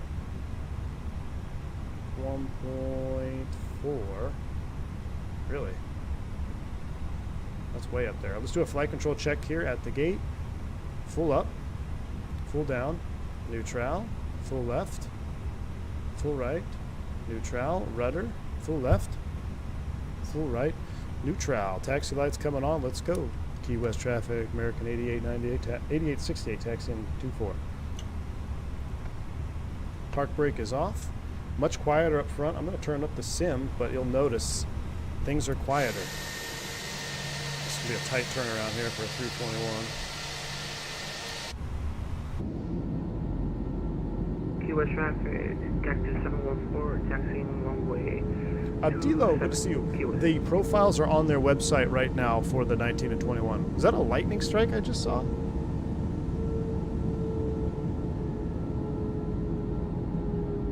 Of course, I'm on vacation when this releases. Joe Plains, welcome to my struggles, man. I'm starting a 3-day trip today, and then I've got a 2-day trip after Thursday. So we'll be able to stream on Thursday. We'll probably double up on Thursday. We'll do a 319 stream, and then we'll do another 321 stream on Thursday. Look at that. See what I mean about taxiing around on tight airports, 321. So now we got to be a little bit more careful with ourselves here. We'll go auto brakes max. We'll wait for the cabin takeoff config. We'll go here. We need to squawk, what was it, 7666? That's comforting. Takeoff config is checked. Forward call, ding. It's 321 trying to cut me off. I was off for 6 days. I work tomorrow. I know, Force Raptor. Jay, we're going to attempt to get back to Orlando before I have to alt F4 and head home. Ew, that's a 321 with CFMs. Gross. No wonder he's in an all-white livery.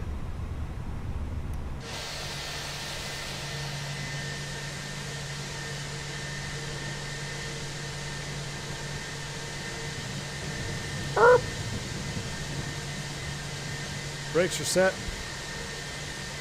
Today, guys. Let's go. Not like I gotta wait. Not like I'm on a time crunch here, chat. There's thunder and lightning moving in.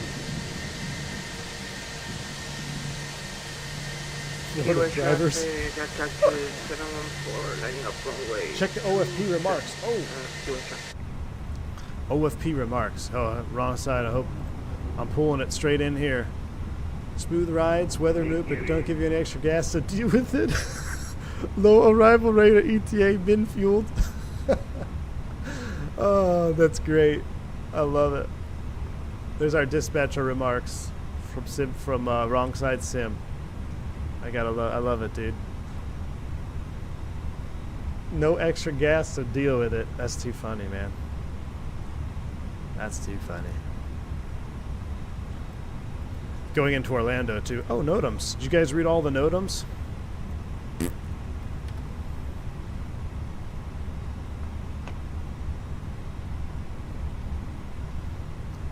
So I'm gonna do a Toga takeoff from up front, and you guys are gonna hear the audible difference from when we were in that 319.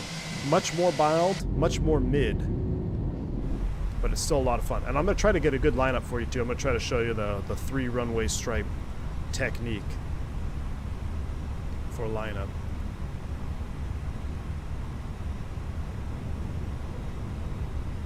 We don't need to do packs off on this one, but we can. US traffic, taxi 714, taking off runway 27 left, full weight pre-free. Alright, packs off or set.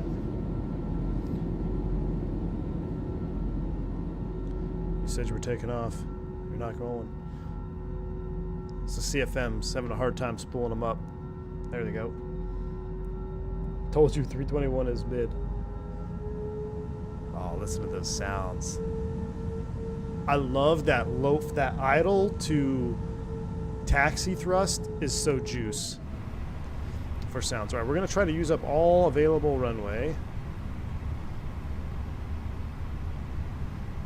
And I got it. In order for this technique to work, though, you have to be straight. I'm not quite straight, so I might be a little bit off, but you want to be completely perpendicular. So let's see if I can do this right here. So you're looking out the left window. There's 1, there's 2, there's 3. Crank it over. Watch your speed. So about 2 to 5 knots max. Watch, you'll turn this thing over. A little bit more juice. A little bit more juice.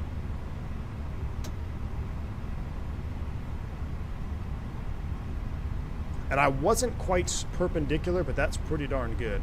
That was off just a hair, but that's pretty darn good. That's pretty straight, but you can see, because I wasn't quite perpendicular when I started the turn, I was off about a couple feet. But that's okay, you want to offset a tad anyway from the runway lights. All right, here we go. Spool them up 50. Yoga's in chat. Ain't nobody got time for this. Here we go. Packs are off. Now listen to the sounds. The sim sounds are up just as they were for the last takeoff, but I want you to hear the difference. Shh. Yoga.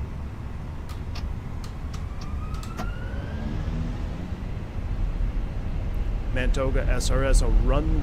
Bleh. Mantoga SRS auto thrust blue. 80 knots. Thrust set. 100 knots. Check. V1. Rotate.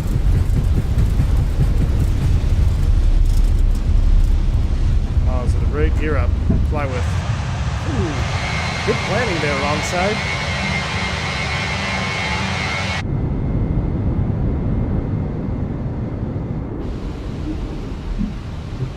So, being this light will actually have pretty darn good performance in the 321. Being this light.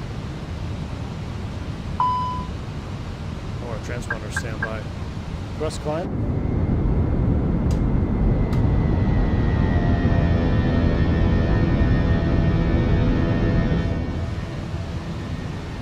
All our lights are off.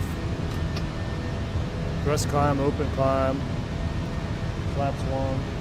Transponder's on. Standby. There we go. Brick car new. Navin. There we go. Bank angle check to the right.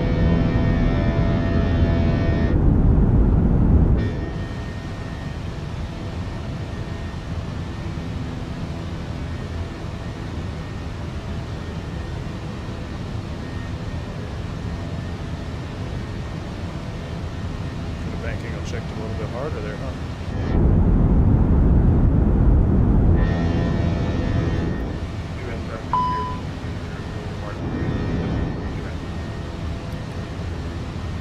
Associated.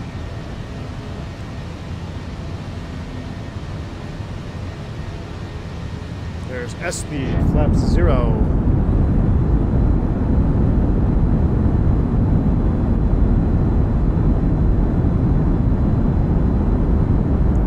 Courtesy of Wrong Side Simulations, getting a 321 out of Key West legally. Good deal, man. All right, clean wing. Let's go. Pack 2 is coming back on. Autopilot 1 for sim purposes. Forgot to disarm you. We're climbing up. Look at that 210. Look at that VLS. Even at this lightweight, it still ran up there to about 190 knots. We'll have to check our climb rate once we get through 10,000.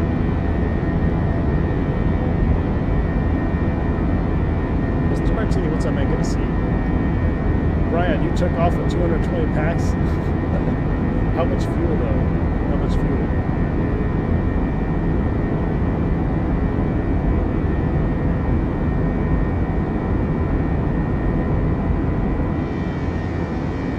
Looks like someone else just took off down there, too.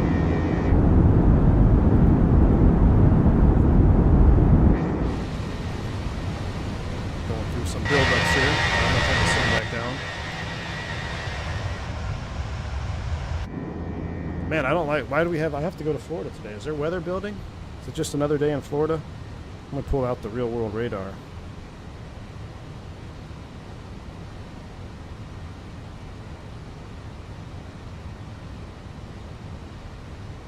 Oh, geez. It looks like it might get spicy tonight, Wrong Side. That's all I need is another rescheduled into red eye. All right, we're up and rolling. Over 800 likes, you're right, Zippy. Appreciate you guys. Thank you so much for the love today.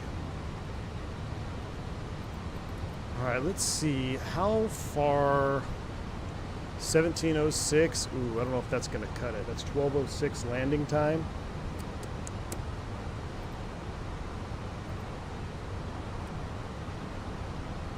I'll tell you what. Let's go direct. Ferrel.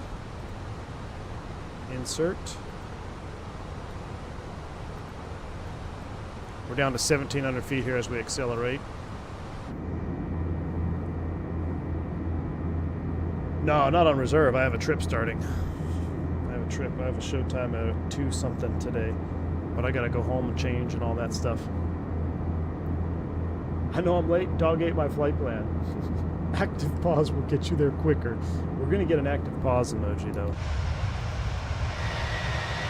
Look at that 321. I mean, such a difference from the 319. That short baby bus. Now we're in the long boy. A321. I should have selected dual class config. I forgot.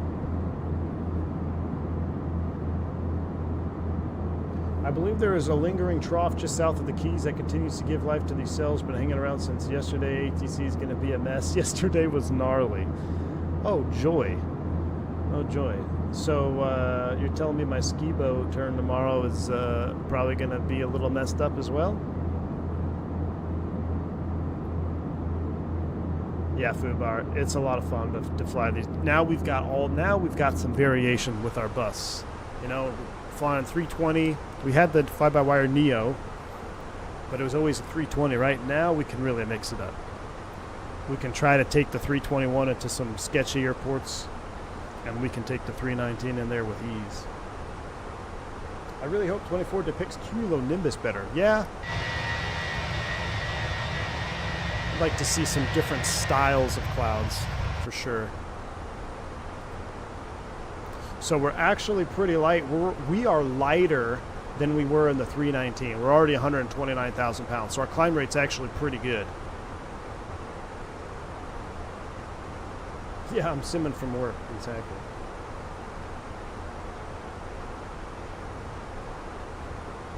Should we do a diversion to Lauderdale?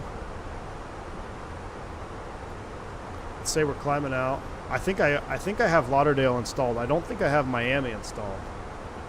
Or do I have Miami installed and not Lauderdale? I have one of them installed. I can't remember.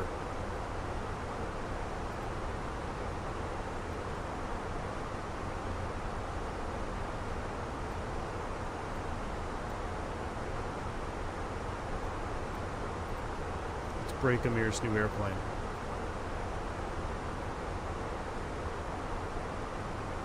I don't want to shut it down though.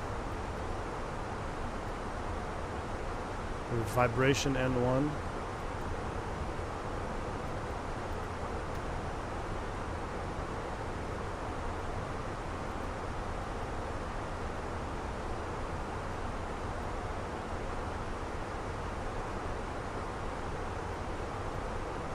Looking over here, we got a flashing advisory ECAM. Hey Cap, check this out. Oh yeah, look at that. Alright, hold on, let's stop the climb and center American 8898. Can we level here at 18? American 8898, affirmative, level at 180. You have a problem? We need to troubleshoot something there, just give us a minute. American 8898, roger. Alright, auto thrust, we're going to match and mash. We're going to disconnect the auto thrust. Oh, that went too aggressive. I'm going to bring number 2 back below. Let's see. Alright, so it's responding. Well, it's actually going back up.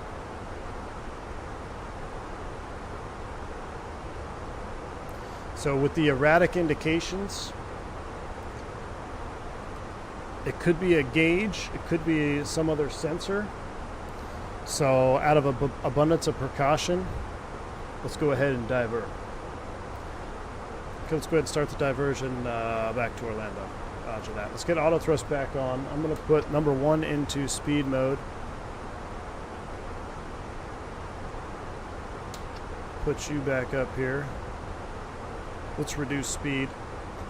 Doing things to troubleshoot this here. We'll go 285 on the knots. Yeah, so it is responding to the thrust. Let's go ahead and set up that diversion. American 8898, yeah, we need to declare an emergency at this time. We're going to request a diversion to Fort Lauderdale. American 8898, roger that. Fly your present heading, descend and maintain a 1010,000. Descend and maintain 1010,000, present heading, American 8898. American 8898, in your descent there, you can go ahead and turn right. Turn right, fly heading 030. 030, 10,000, American 8898. All right, Fort Lauderdale. Arrival, let's load in, what's the weather? We need to get the weather first, so let's come over here. AOC received. Oh, weather. I don't remember which one I have installed. I hope it's Lauderdale. If we land on a default airport, rip, oh well. Yeah, Hustler, I don't have default Fort Lauderdale installed either right now. Or I'm sorry, default Fort Myers. I know I have default Fort Myers on, so we'll skip that airport as a diversion. Right now, weather Lauderdale 320 at 5. So let's take the ILS 10 left. It's the longer runway. We'll do ILS 10 left, no star, approach via Hullid, insert.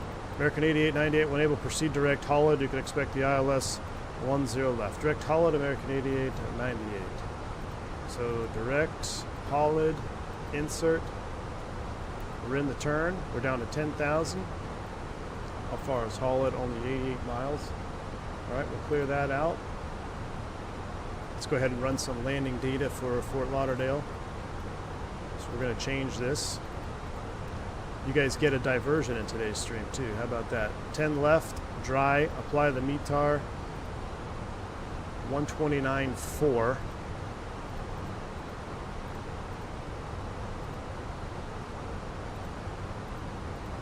Medium brakes, plenty of space. Idle to full reverse, so we'll do medium brakes. We don't care about the brake temps on this one because this has got to go to maintenance anyway. Medium brakes. We'll get our LS push buttons on. The Canadian, thanks for the 8 months of support, my man. Appreciate you. Says it's supposed to be studying, hung, wet, and hot start right now. Why do you have to do this to me? Hey, Canadian. You can study while watching. It's very effective. Zach, we're diverting to Fort Lauderdale. And American 8898, the ILS is out of service at Fort Lauderdale. Would you like the RNAV? Yeah, we'll take the RNAV, American 8898. So I'm going to see which one we can do here. We're going to do an FLS into Lauderdale as well. For 10 left. RNAV Zulu has got LPV mins. RNAV Yankee has the turn and hauled. and RNP.1. So we'll do this one. We'll do 337. RNP Yankee 10 left from Pollard. So Yankee, RNAV Yankee 10 left, approach via Pollard, insert, select heading track first, insert, direct Pollard, insert, LS push buttons will be on for this approach because it's an FLS approach. We go to the RadNav page. Oh, we should be able to select. We'll activate and confirm. We'll select speed. We're in selected speed. Let's activate and confirm the approach phase. I don't remember what the meter was. 2999. 2907, close enough. Temperature is hot. Let's call it 30. The winds are not important. So we should be able to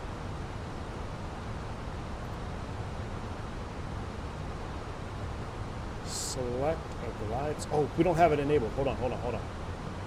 So in order to do FLS, you need to come here, go to settings, and go to airline modify FLS enable. With FLS on, you'll now have an option here in your radio nav page. So this is, I've noticed a little bit of, our software is a little bit different than the Fenix software. So for FLS, you would have FLS selected here, not glide slope, but it is selected by default. You have to come in here and deselect it if you do not want to do an FLS approach. But we do want to do an FLS approach, so it is glide slope selected. We're config full. Since it's FLS, we can use the low RMP.1 minimum of 337. 337 is going there. We will have our LS landing system push buttons on, and you can see we have FAP and FLS armed. Let's go ahead and descend and maintain 5,000. If you're landing 2.8s, it's called an emergency, Team Vodka. I'm landing 1-0. Change the hey, oh yeah, we have to send a message to dispatch too. So we have to come in here, we go AOC. Arrival message. No, well, I can't do a free text in here. I thought it was a receive messages. Oh, diversion. Hold on.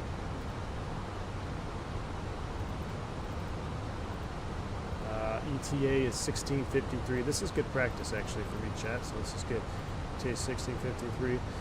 So wrong side sent us an amendment, so we have to acknowledge it. So we go. Normally I just say A1 received. A1 received for the amendment.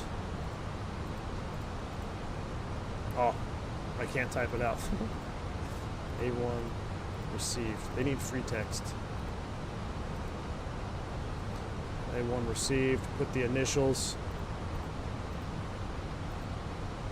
and then we'll send that off. So we have our amendment to land Fort Lauderdale. We're emergency. We're down to 5,000. And American 8868, go ahead and squawk 7700. Squawk to 7700 for American 8888. They've never changed my squawk code in the 2 emergencies I've had. It's always been the same beacon code.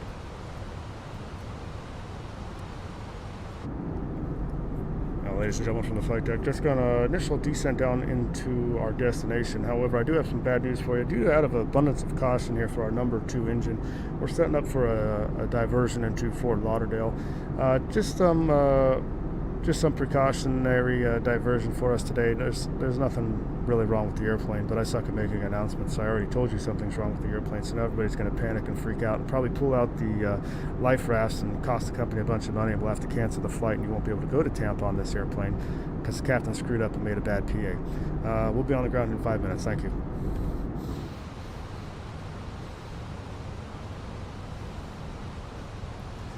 All right, we're leveling 5,000. We're outstar. Free hot dogs.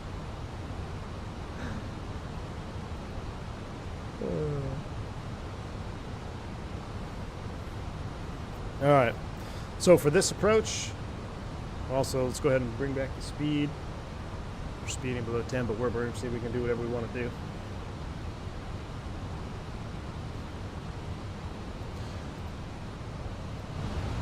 We got flight recorder for this.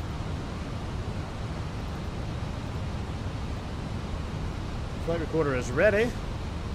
So looking at our engine vibes, it's back below 5, and I know this from experience. Below 5, you're pretty much good to go. You don't have to worry about a whole lot of things. Or I'm sorry, I'm thinking of oil temp. Never mind, disregard what I was saying. But right now, this engine vibe, if it was doing this in real life, it's responsive of the engine power output. Then it's probably legit. If it was just jumping around erratically and the engines weren't moving, then you could safely assume, I wouldn't say safely, but you could lean on the assumption that you might have some type of indicating error. But because the vibes are jumping around with the engine moving, that to me verifies in my own mind that, yeah, I think we do have an issue with the thrust. So what I would do in real life here is 2-pilot crew. I wouldn't have to do anything. I would go ahead and disconnect the auto thrust and just leave number 2 at a comfortable spot here. So right now, if I leave it, 7.8 or so at about 51%, that's fine. And then I will just manipulate the number 1 thrust lever accordingly. I don't have to idle number 2. We don't have any amber. We don't have a land ASAP. It's still just in the advisory range, so we're fine. But for simulator purposes, I'm going to just run it back up to the climb detent and re-engage the auto thrust. That way we can land with 2 engines and feel the difference in landing performance. Really looking forward to the Sharkbit update? Yeah, a lot of people are, man. I'm looking forward to that as well. Here's a random little airport in the middle of the swamp. Man, the weather is building in Florida today, though. Look at this. It's already starting to build up.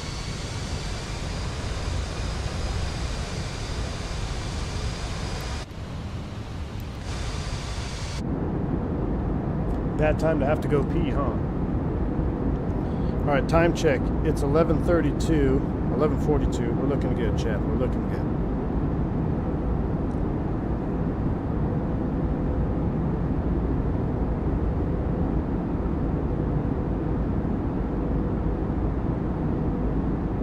It's hot and humid down here. The storms can't pop up soon enough. Flight sim guy, I don't want that, man. I don't want them popping up.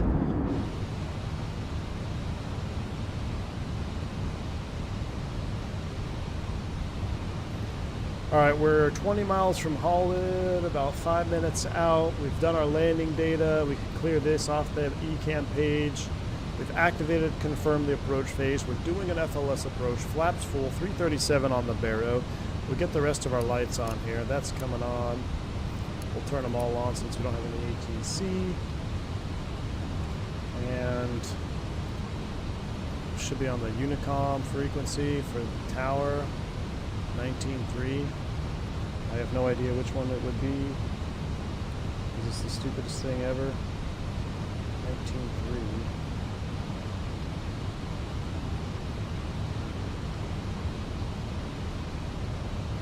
That was supposed to be a jet port for supersonic planes back in the day. Really? Interesting, Adam. Fort Lauderdale traffic, American 8868. We're about 18 miles from Holland, setting up for the RNAV 10 left, Lauderdale.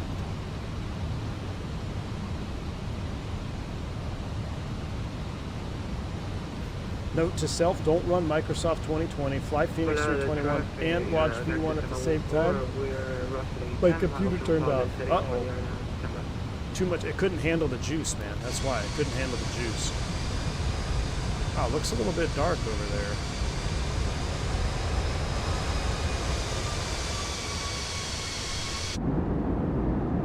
Look at those clouds building. Look at that.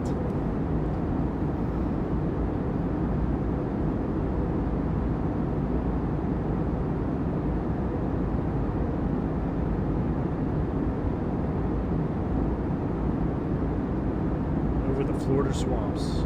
John, it's only what? It's only like 5 feet shorter than a 757. Someone Google it. The 321 is not that much shorter than a 757.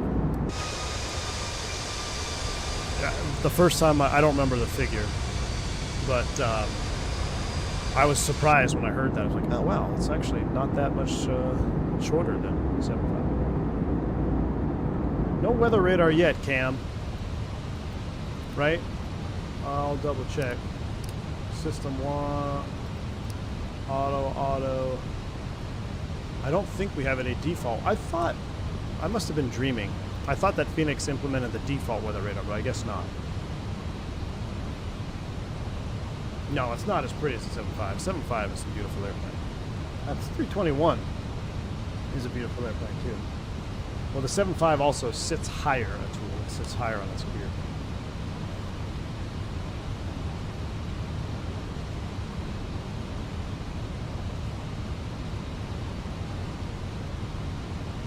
Oh, the I 320, maybe that's what I was thinking, Diabetic Lad, yeah. Yeah, you're probably right. Okay, 321, coming downhill on the slope. Let's start slowing up a little bit. We don't want to take this one 250 knots to the marker. American 8868, you're 6 from Hollywood, cleared RNAV on my 10 left approach. Alright, cleared RNAV, 10 left approach. American 8868. Alright, so F glide slope, F loc. Aha! Good. It doesn't arm that either, because remember, it only doubles up on a ground-based approach. So, we are still AP1. F app, F glide slope, F float. There's an S speed. Flat's coming out. Come to SKPS.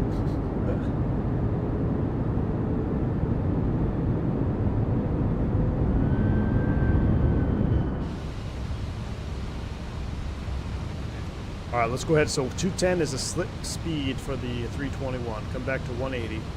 You can see if you get assigned 210, it's kind of a, depending on your weight, we're super light, so it's not terrible, but it's right below that flap speed, and if your VLS is right up underneath you, you can get pinched at 210 knots. So try to avoid 210 in the 321 especially.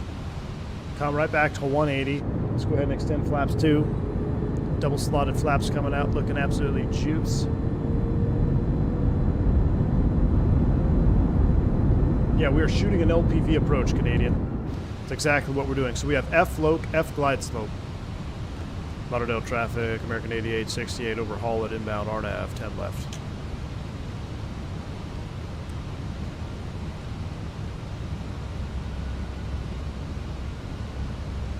Would you say your current view is realistic?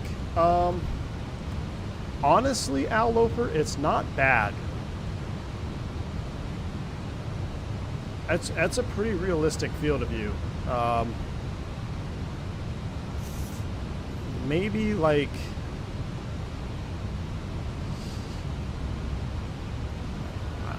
here? I don't know. I think that the default view is pretty darn close to a realistic view.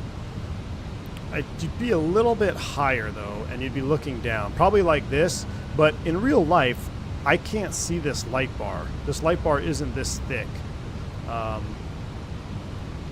This model of the Fenix is a real thick light bar here. Or maybe it is that thick and I just don't see it. Because what I do is I put the bottom of that light bar on the top of my ND. And that's pretty much a perfect view. So it's pretty darn close. Alright, there's F glide slope. If we have to go around, we'll set 3,000. 3,000 is set. We're flaps 2, a 180.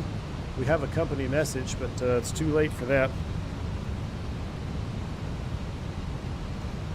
I'm flying a 321 today, Jay. I'm actually flying a 321 and then a 320.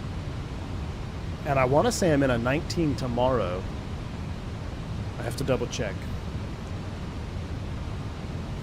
Alright, let's get the recording on. Recording is on. Cams are on.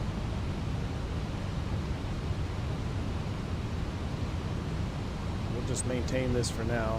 For the traffic at Cactus 714, we're 7.5 miles to runway 10 Did you say left air for cactus? It sounded like you said air cactus. Mr. Farmer, this is out now. The 319, 321 are available for immediate purchase, my friend. They are available right now. What's the next time? We're coming out west? Not soon enough, Callie Simmer. I think at the end of the month. End of the month, I picked up a trip that goes into Labor Day because I basically took all of September off. So I'm pretty sure it's the last trip of the month. I'm actually doing a lot of West Coast. It's like West Coast shuttle stuff. Burbank, John Wayne, Burbank, LA. And the last leg is a red-eye, LA to Dallas. Ugh. Yeah, the weather escalated quickly.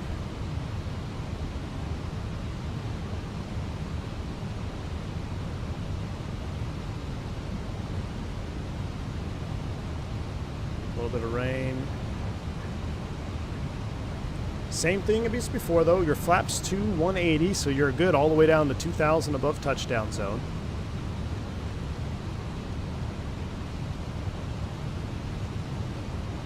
Let's go ahead and start configuring a little bit early so we can watch the flaps come out. Fenix -10, flaps 3. Traffic Cactus 714, short flight, runway 10 for Kelly Simmer, sounds good. I will let you know. Fenix -10, flaps full.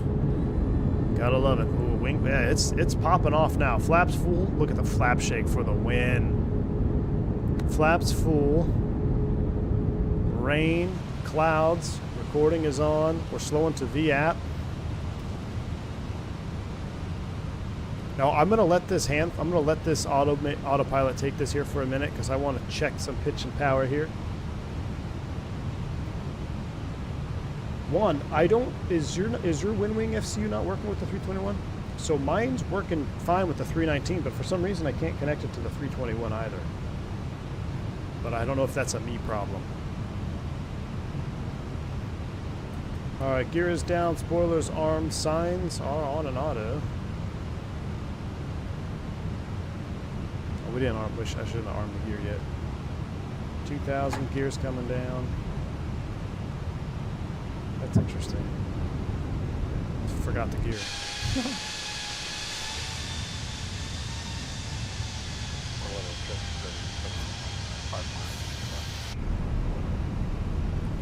Alright. Just like the 19, I'm going to let the auto thrust handle this approach. You can see we're just a tad flatter. 321 does come in a little bit flatter. Has to do with that double slotted flap. Now we have a 9-knot tailwind, which is a bit spice.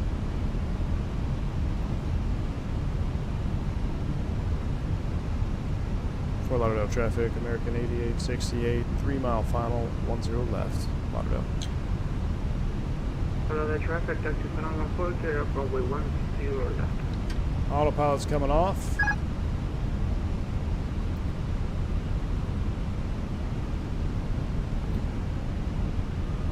$1,000 feet, stable, clear to land. I don't know if I installed the Fort Lauderdale either. It does not appear that I did. Rip. That's alright. Nah, no time for a go around, man. I gotta go. Gotta go for real.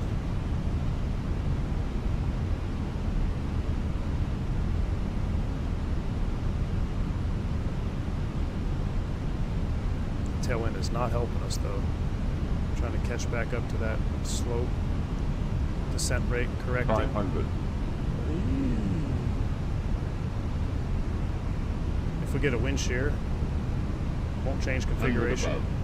Toga thrust. Oh, now we're low.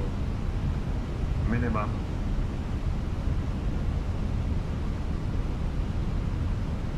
We'll just fly the pappies down.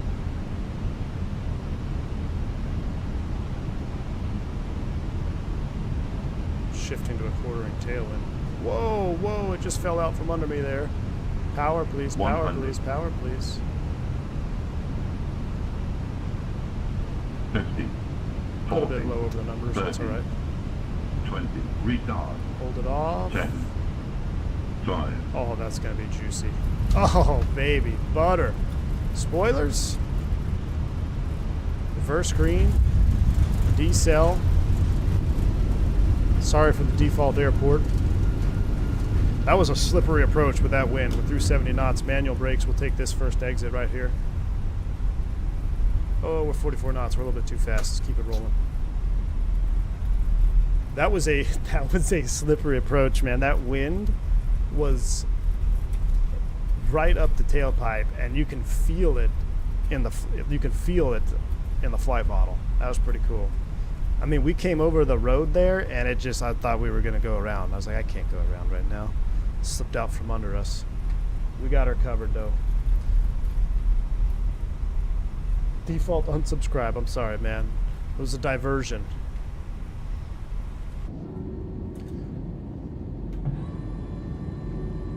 Clean it up. We'll go straight to the gate. Lauderdale traffic, American 8868, clear 10 left, taxi ramp. Would that have been a go-around in real life? No, would have been close. We didn't get unstable. We didn't get unstable according to stable criteria. It was just a slippery approach coming all the way down. We'll take a look at it. We'll take a look and confirm, but I didn't see anything that would have caused us to go around there, but I could feel that sink rate increasing, and I'm pitching back, and the speed's going down, right? You start pitching back, what happens to your speed? Your speed decreases. Well, that's when you're waiting on the auto thrust. That's where if you're in the Boeing or an Embraer where you have the movable auto thrust, you can just do the thrust override. That's one of the hardest things to get over when you go from a movable thrust system to the Airbus style where it's fixed. Because as a pilot, you can feel and sense it in the seat of your pants that, hey, you need power. But you're reliant on that auto thrust to kick in and give you the juice. So it does a pretty decent job, but it's not the best thing out there. All right, let's stop the recording. Let's disconnect from my Veo Premium. Let's launch the replay. Let's pause it forward. We don't have a whole lot of time, so we're going to just watch one or two landings here. We'll let it load in. I gotta turn the parking brake off. I gotta rearm you. Yeah, if you get a speed. Yeah, if you get a speed, you're probably going around. Enjoyed this 1v1. Enjoy world flying. Hey, John, thanks. Appreciate you, man. If you're a commercial pilot, be on the lookout for some drops in the commercial pilot only Discord section. Appreciate your support, guys. Nope, I'm using flight recorder off the flight sim TO, Alessio.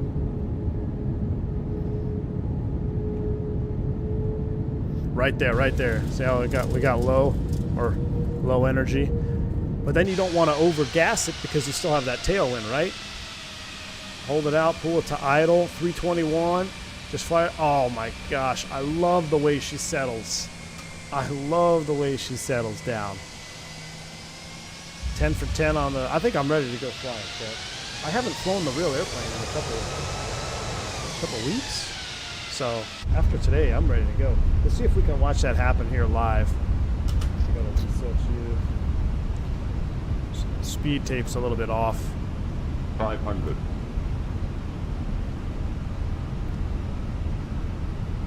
Yeah, our VLS and stuff is off in the replay, but right, like right here.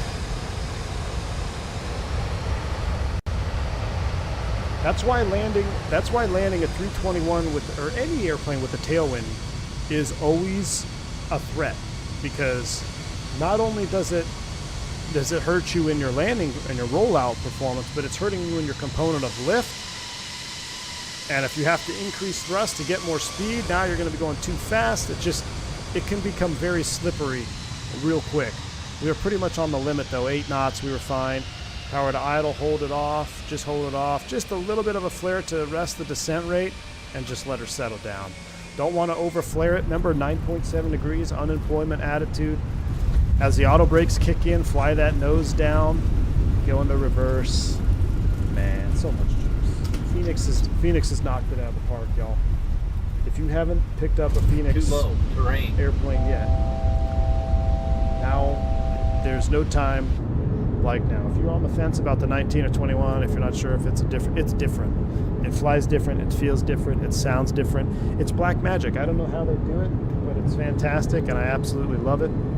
I hope you guys do as well. And like I said, I'm going to be out flying real world stuff for the next couple of days, but I look forward to seeing all of the pictures in the Discord. Fill up the Discord for me with some nice juicy 321s, 319s. And let me know what you guys think about flying in flare mode. I think the flare mode, I think this is the best one we've got yet. So I feel like it's a good middle ground between being floaty and having actually flare. It's right in the juice. So I'll let you guys enjoy this approach. Last one, engine vibe, flight emergency, diversion to Fort Lauderdale. Hopefully I don't have to be declaring any emergencies the next couple of days. But I'm out of here. You have a wonderful rest of your week. Fly those 19s and 21s to your heart. Fly them until the wings fall off. All right, y'all stay safe, stay healthy. I'm out of here. See you.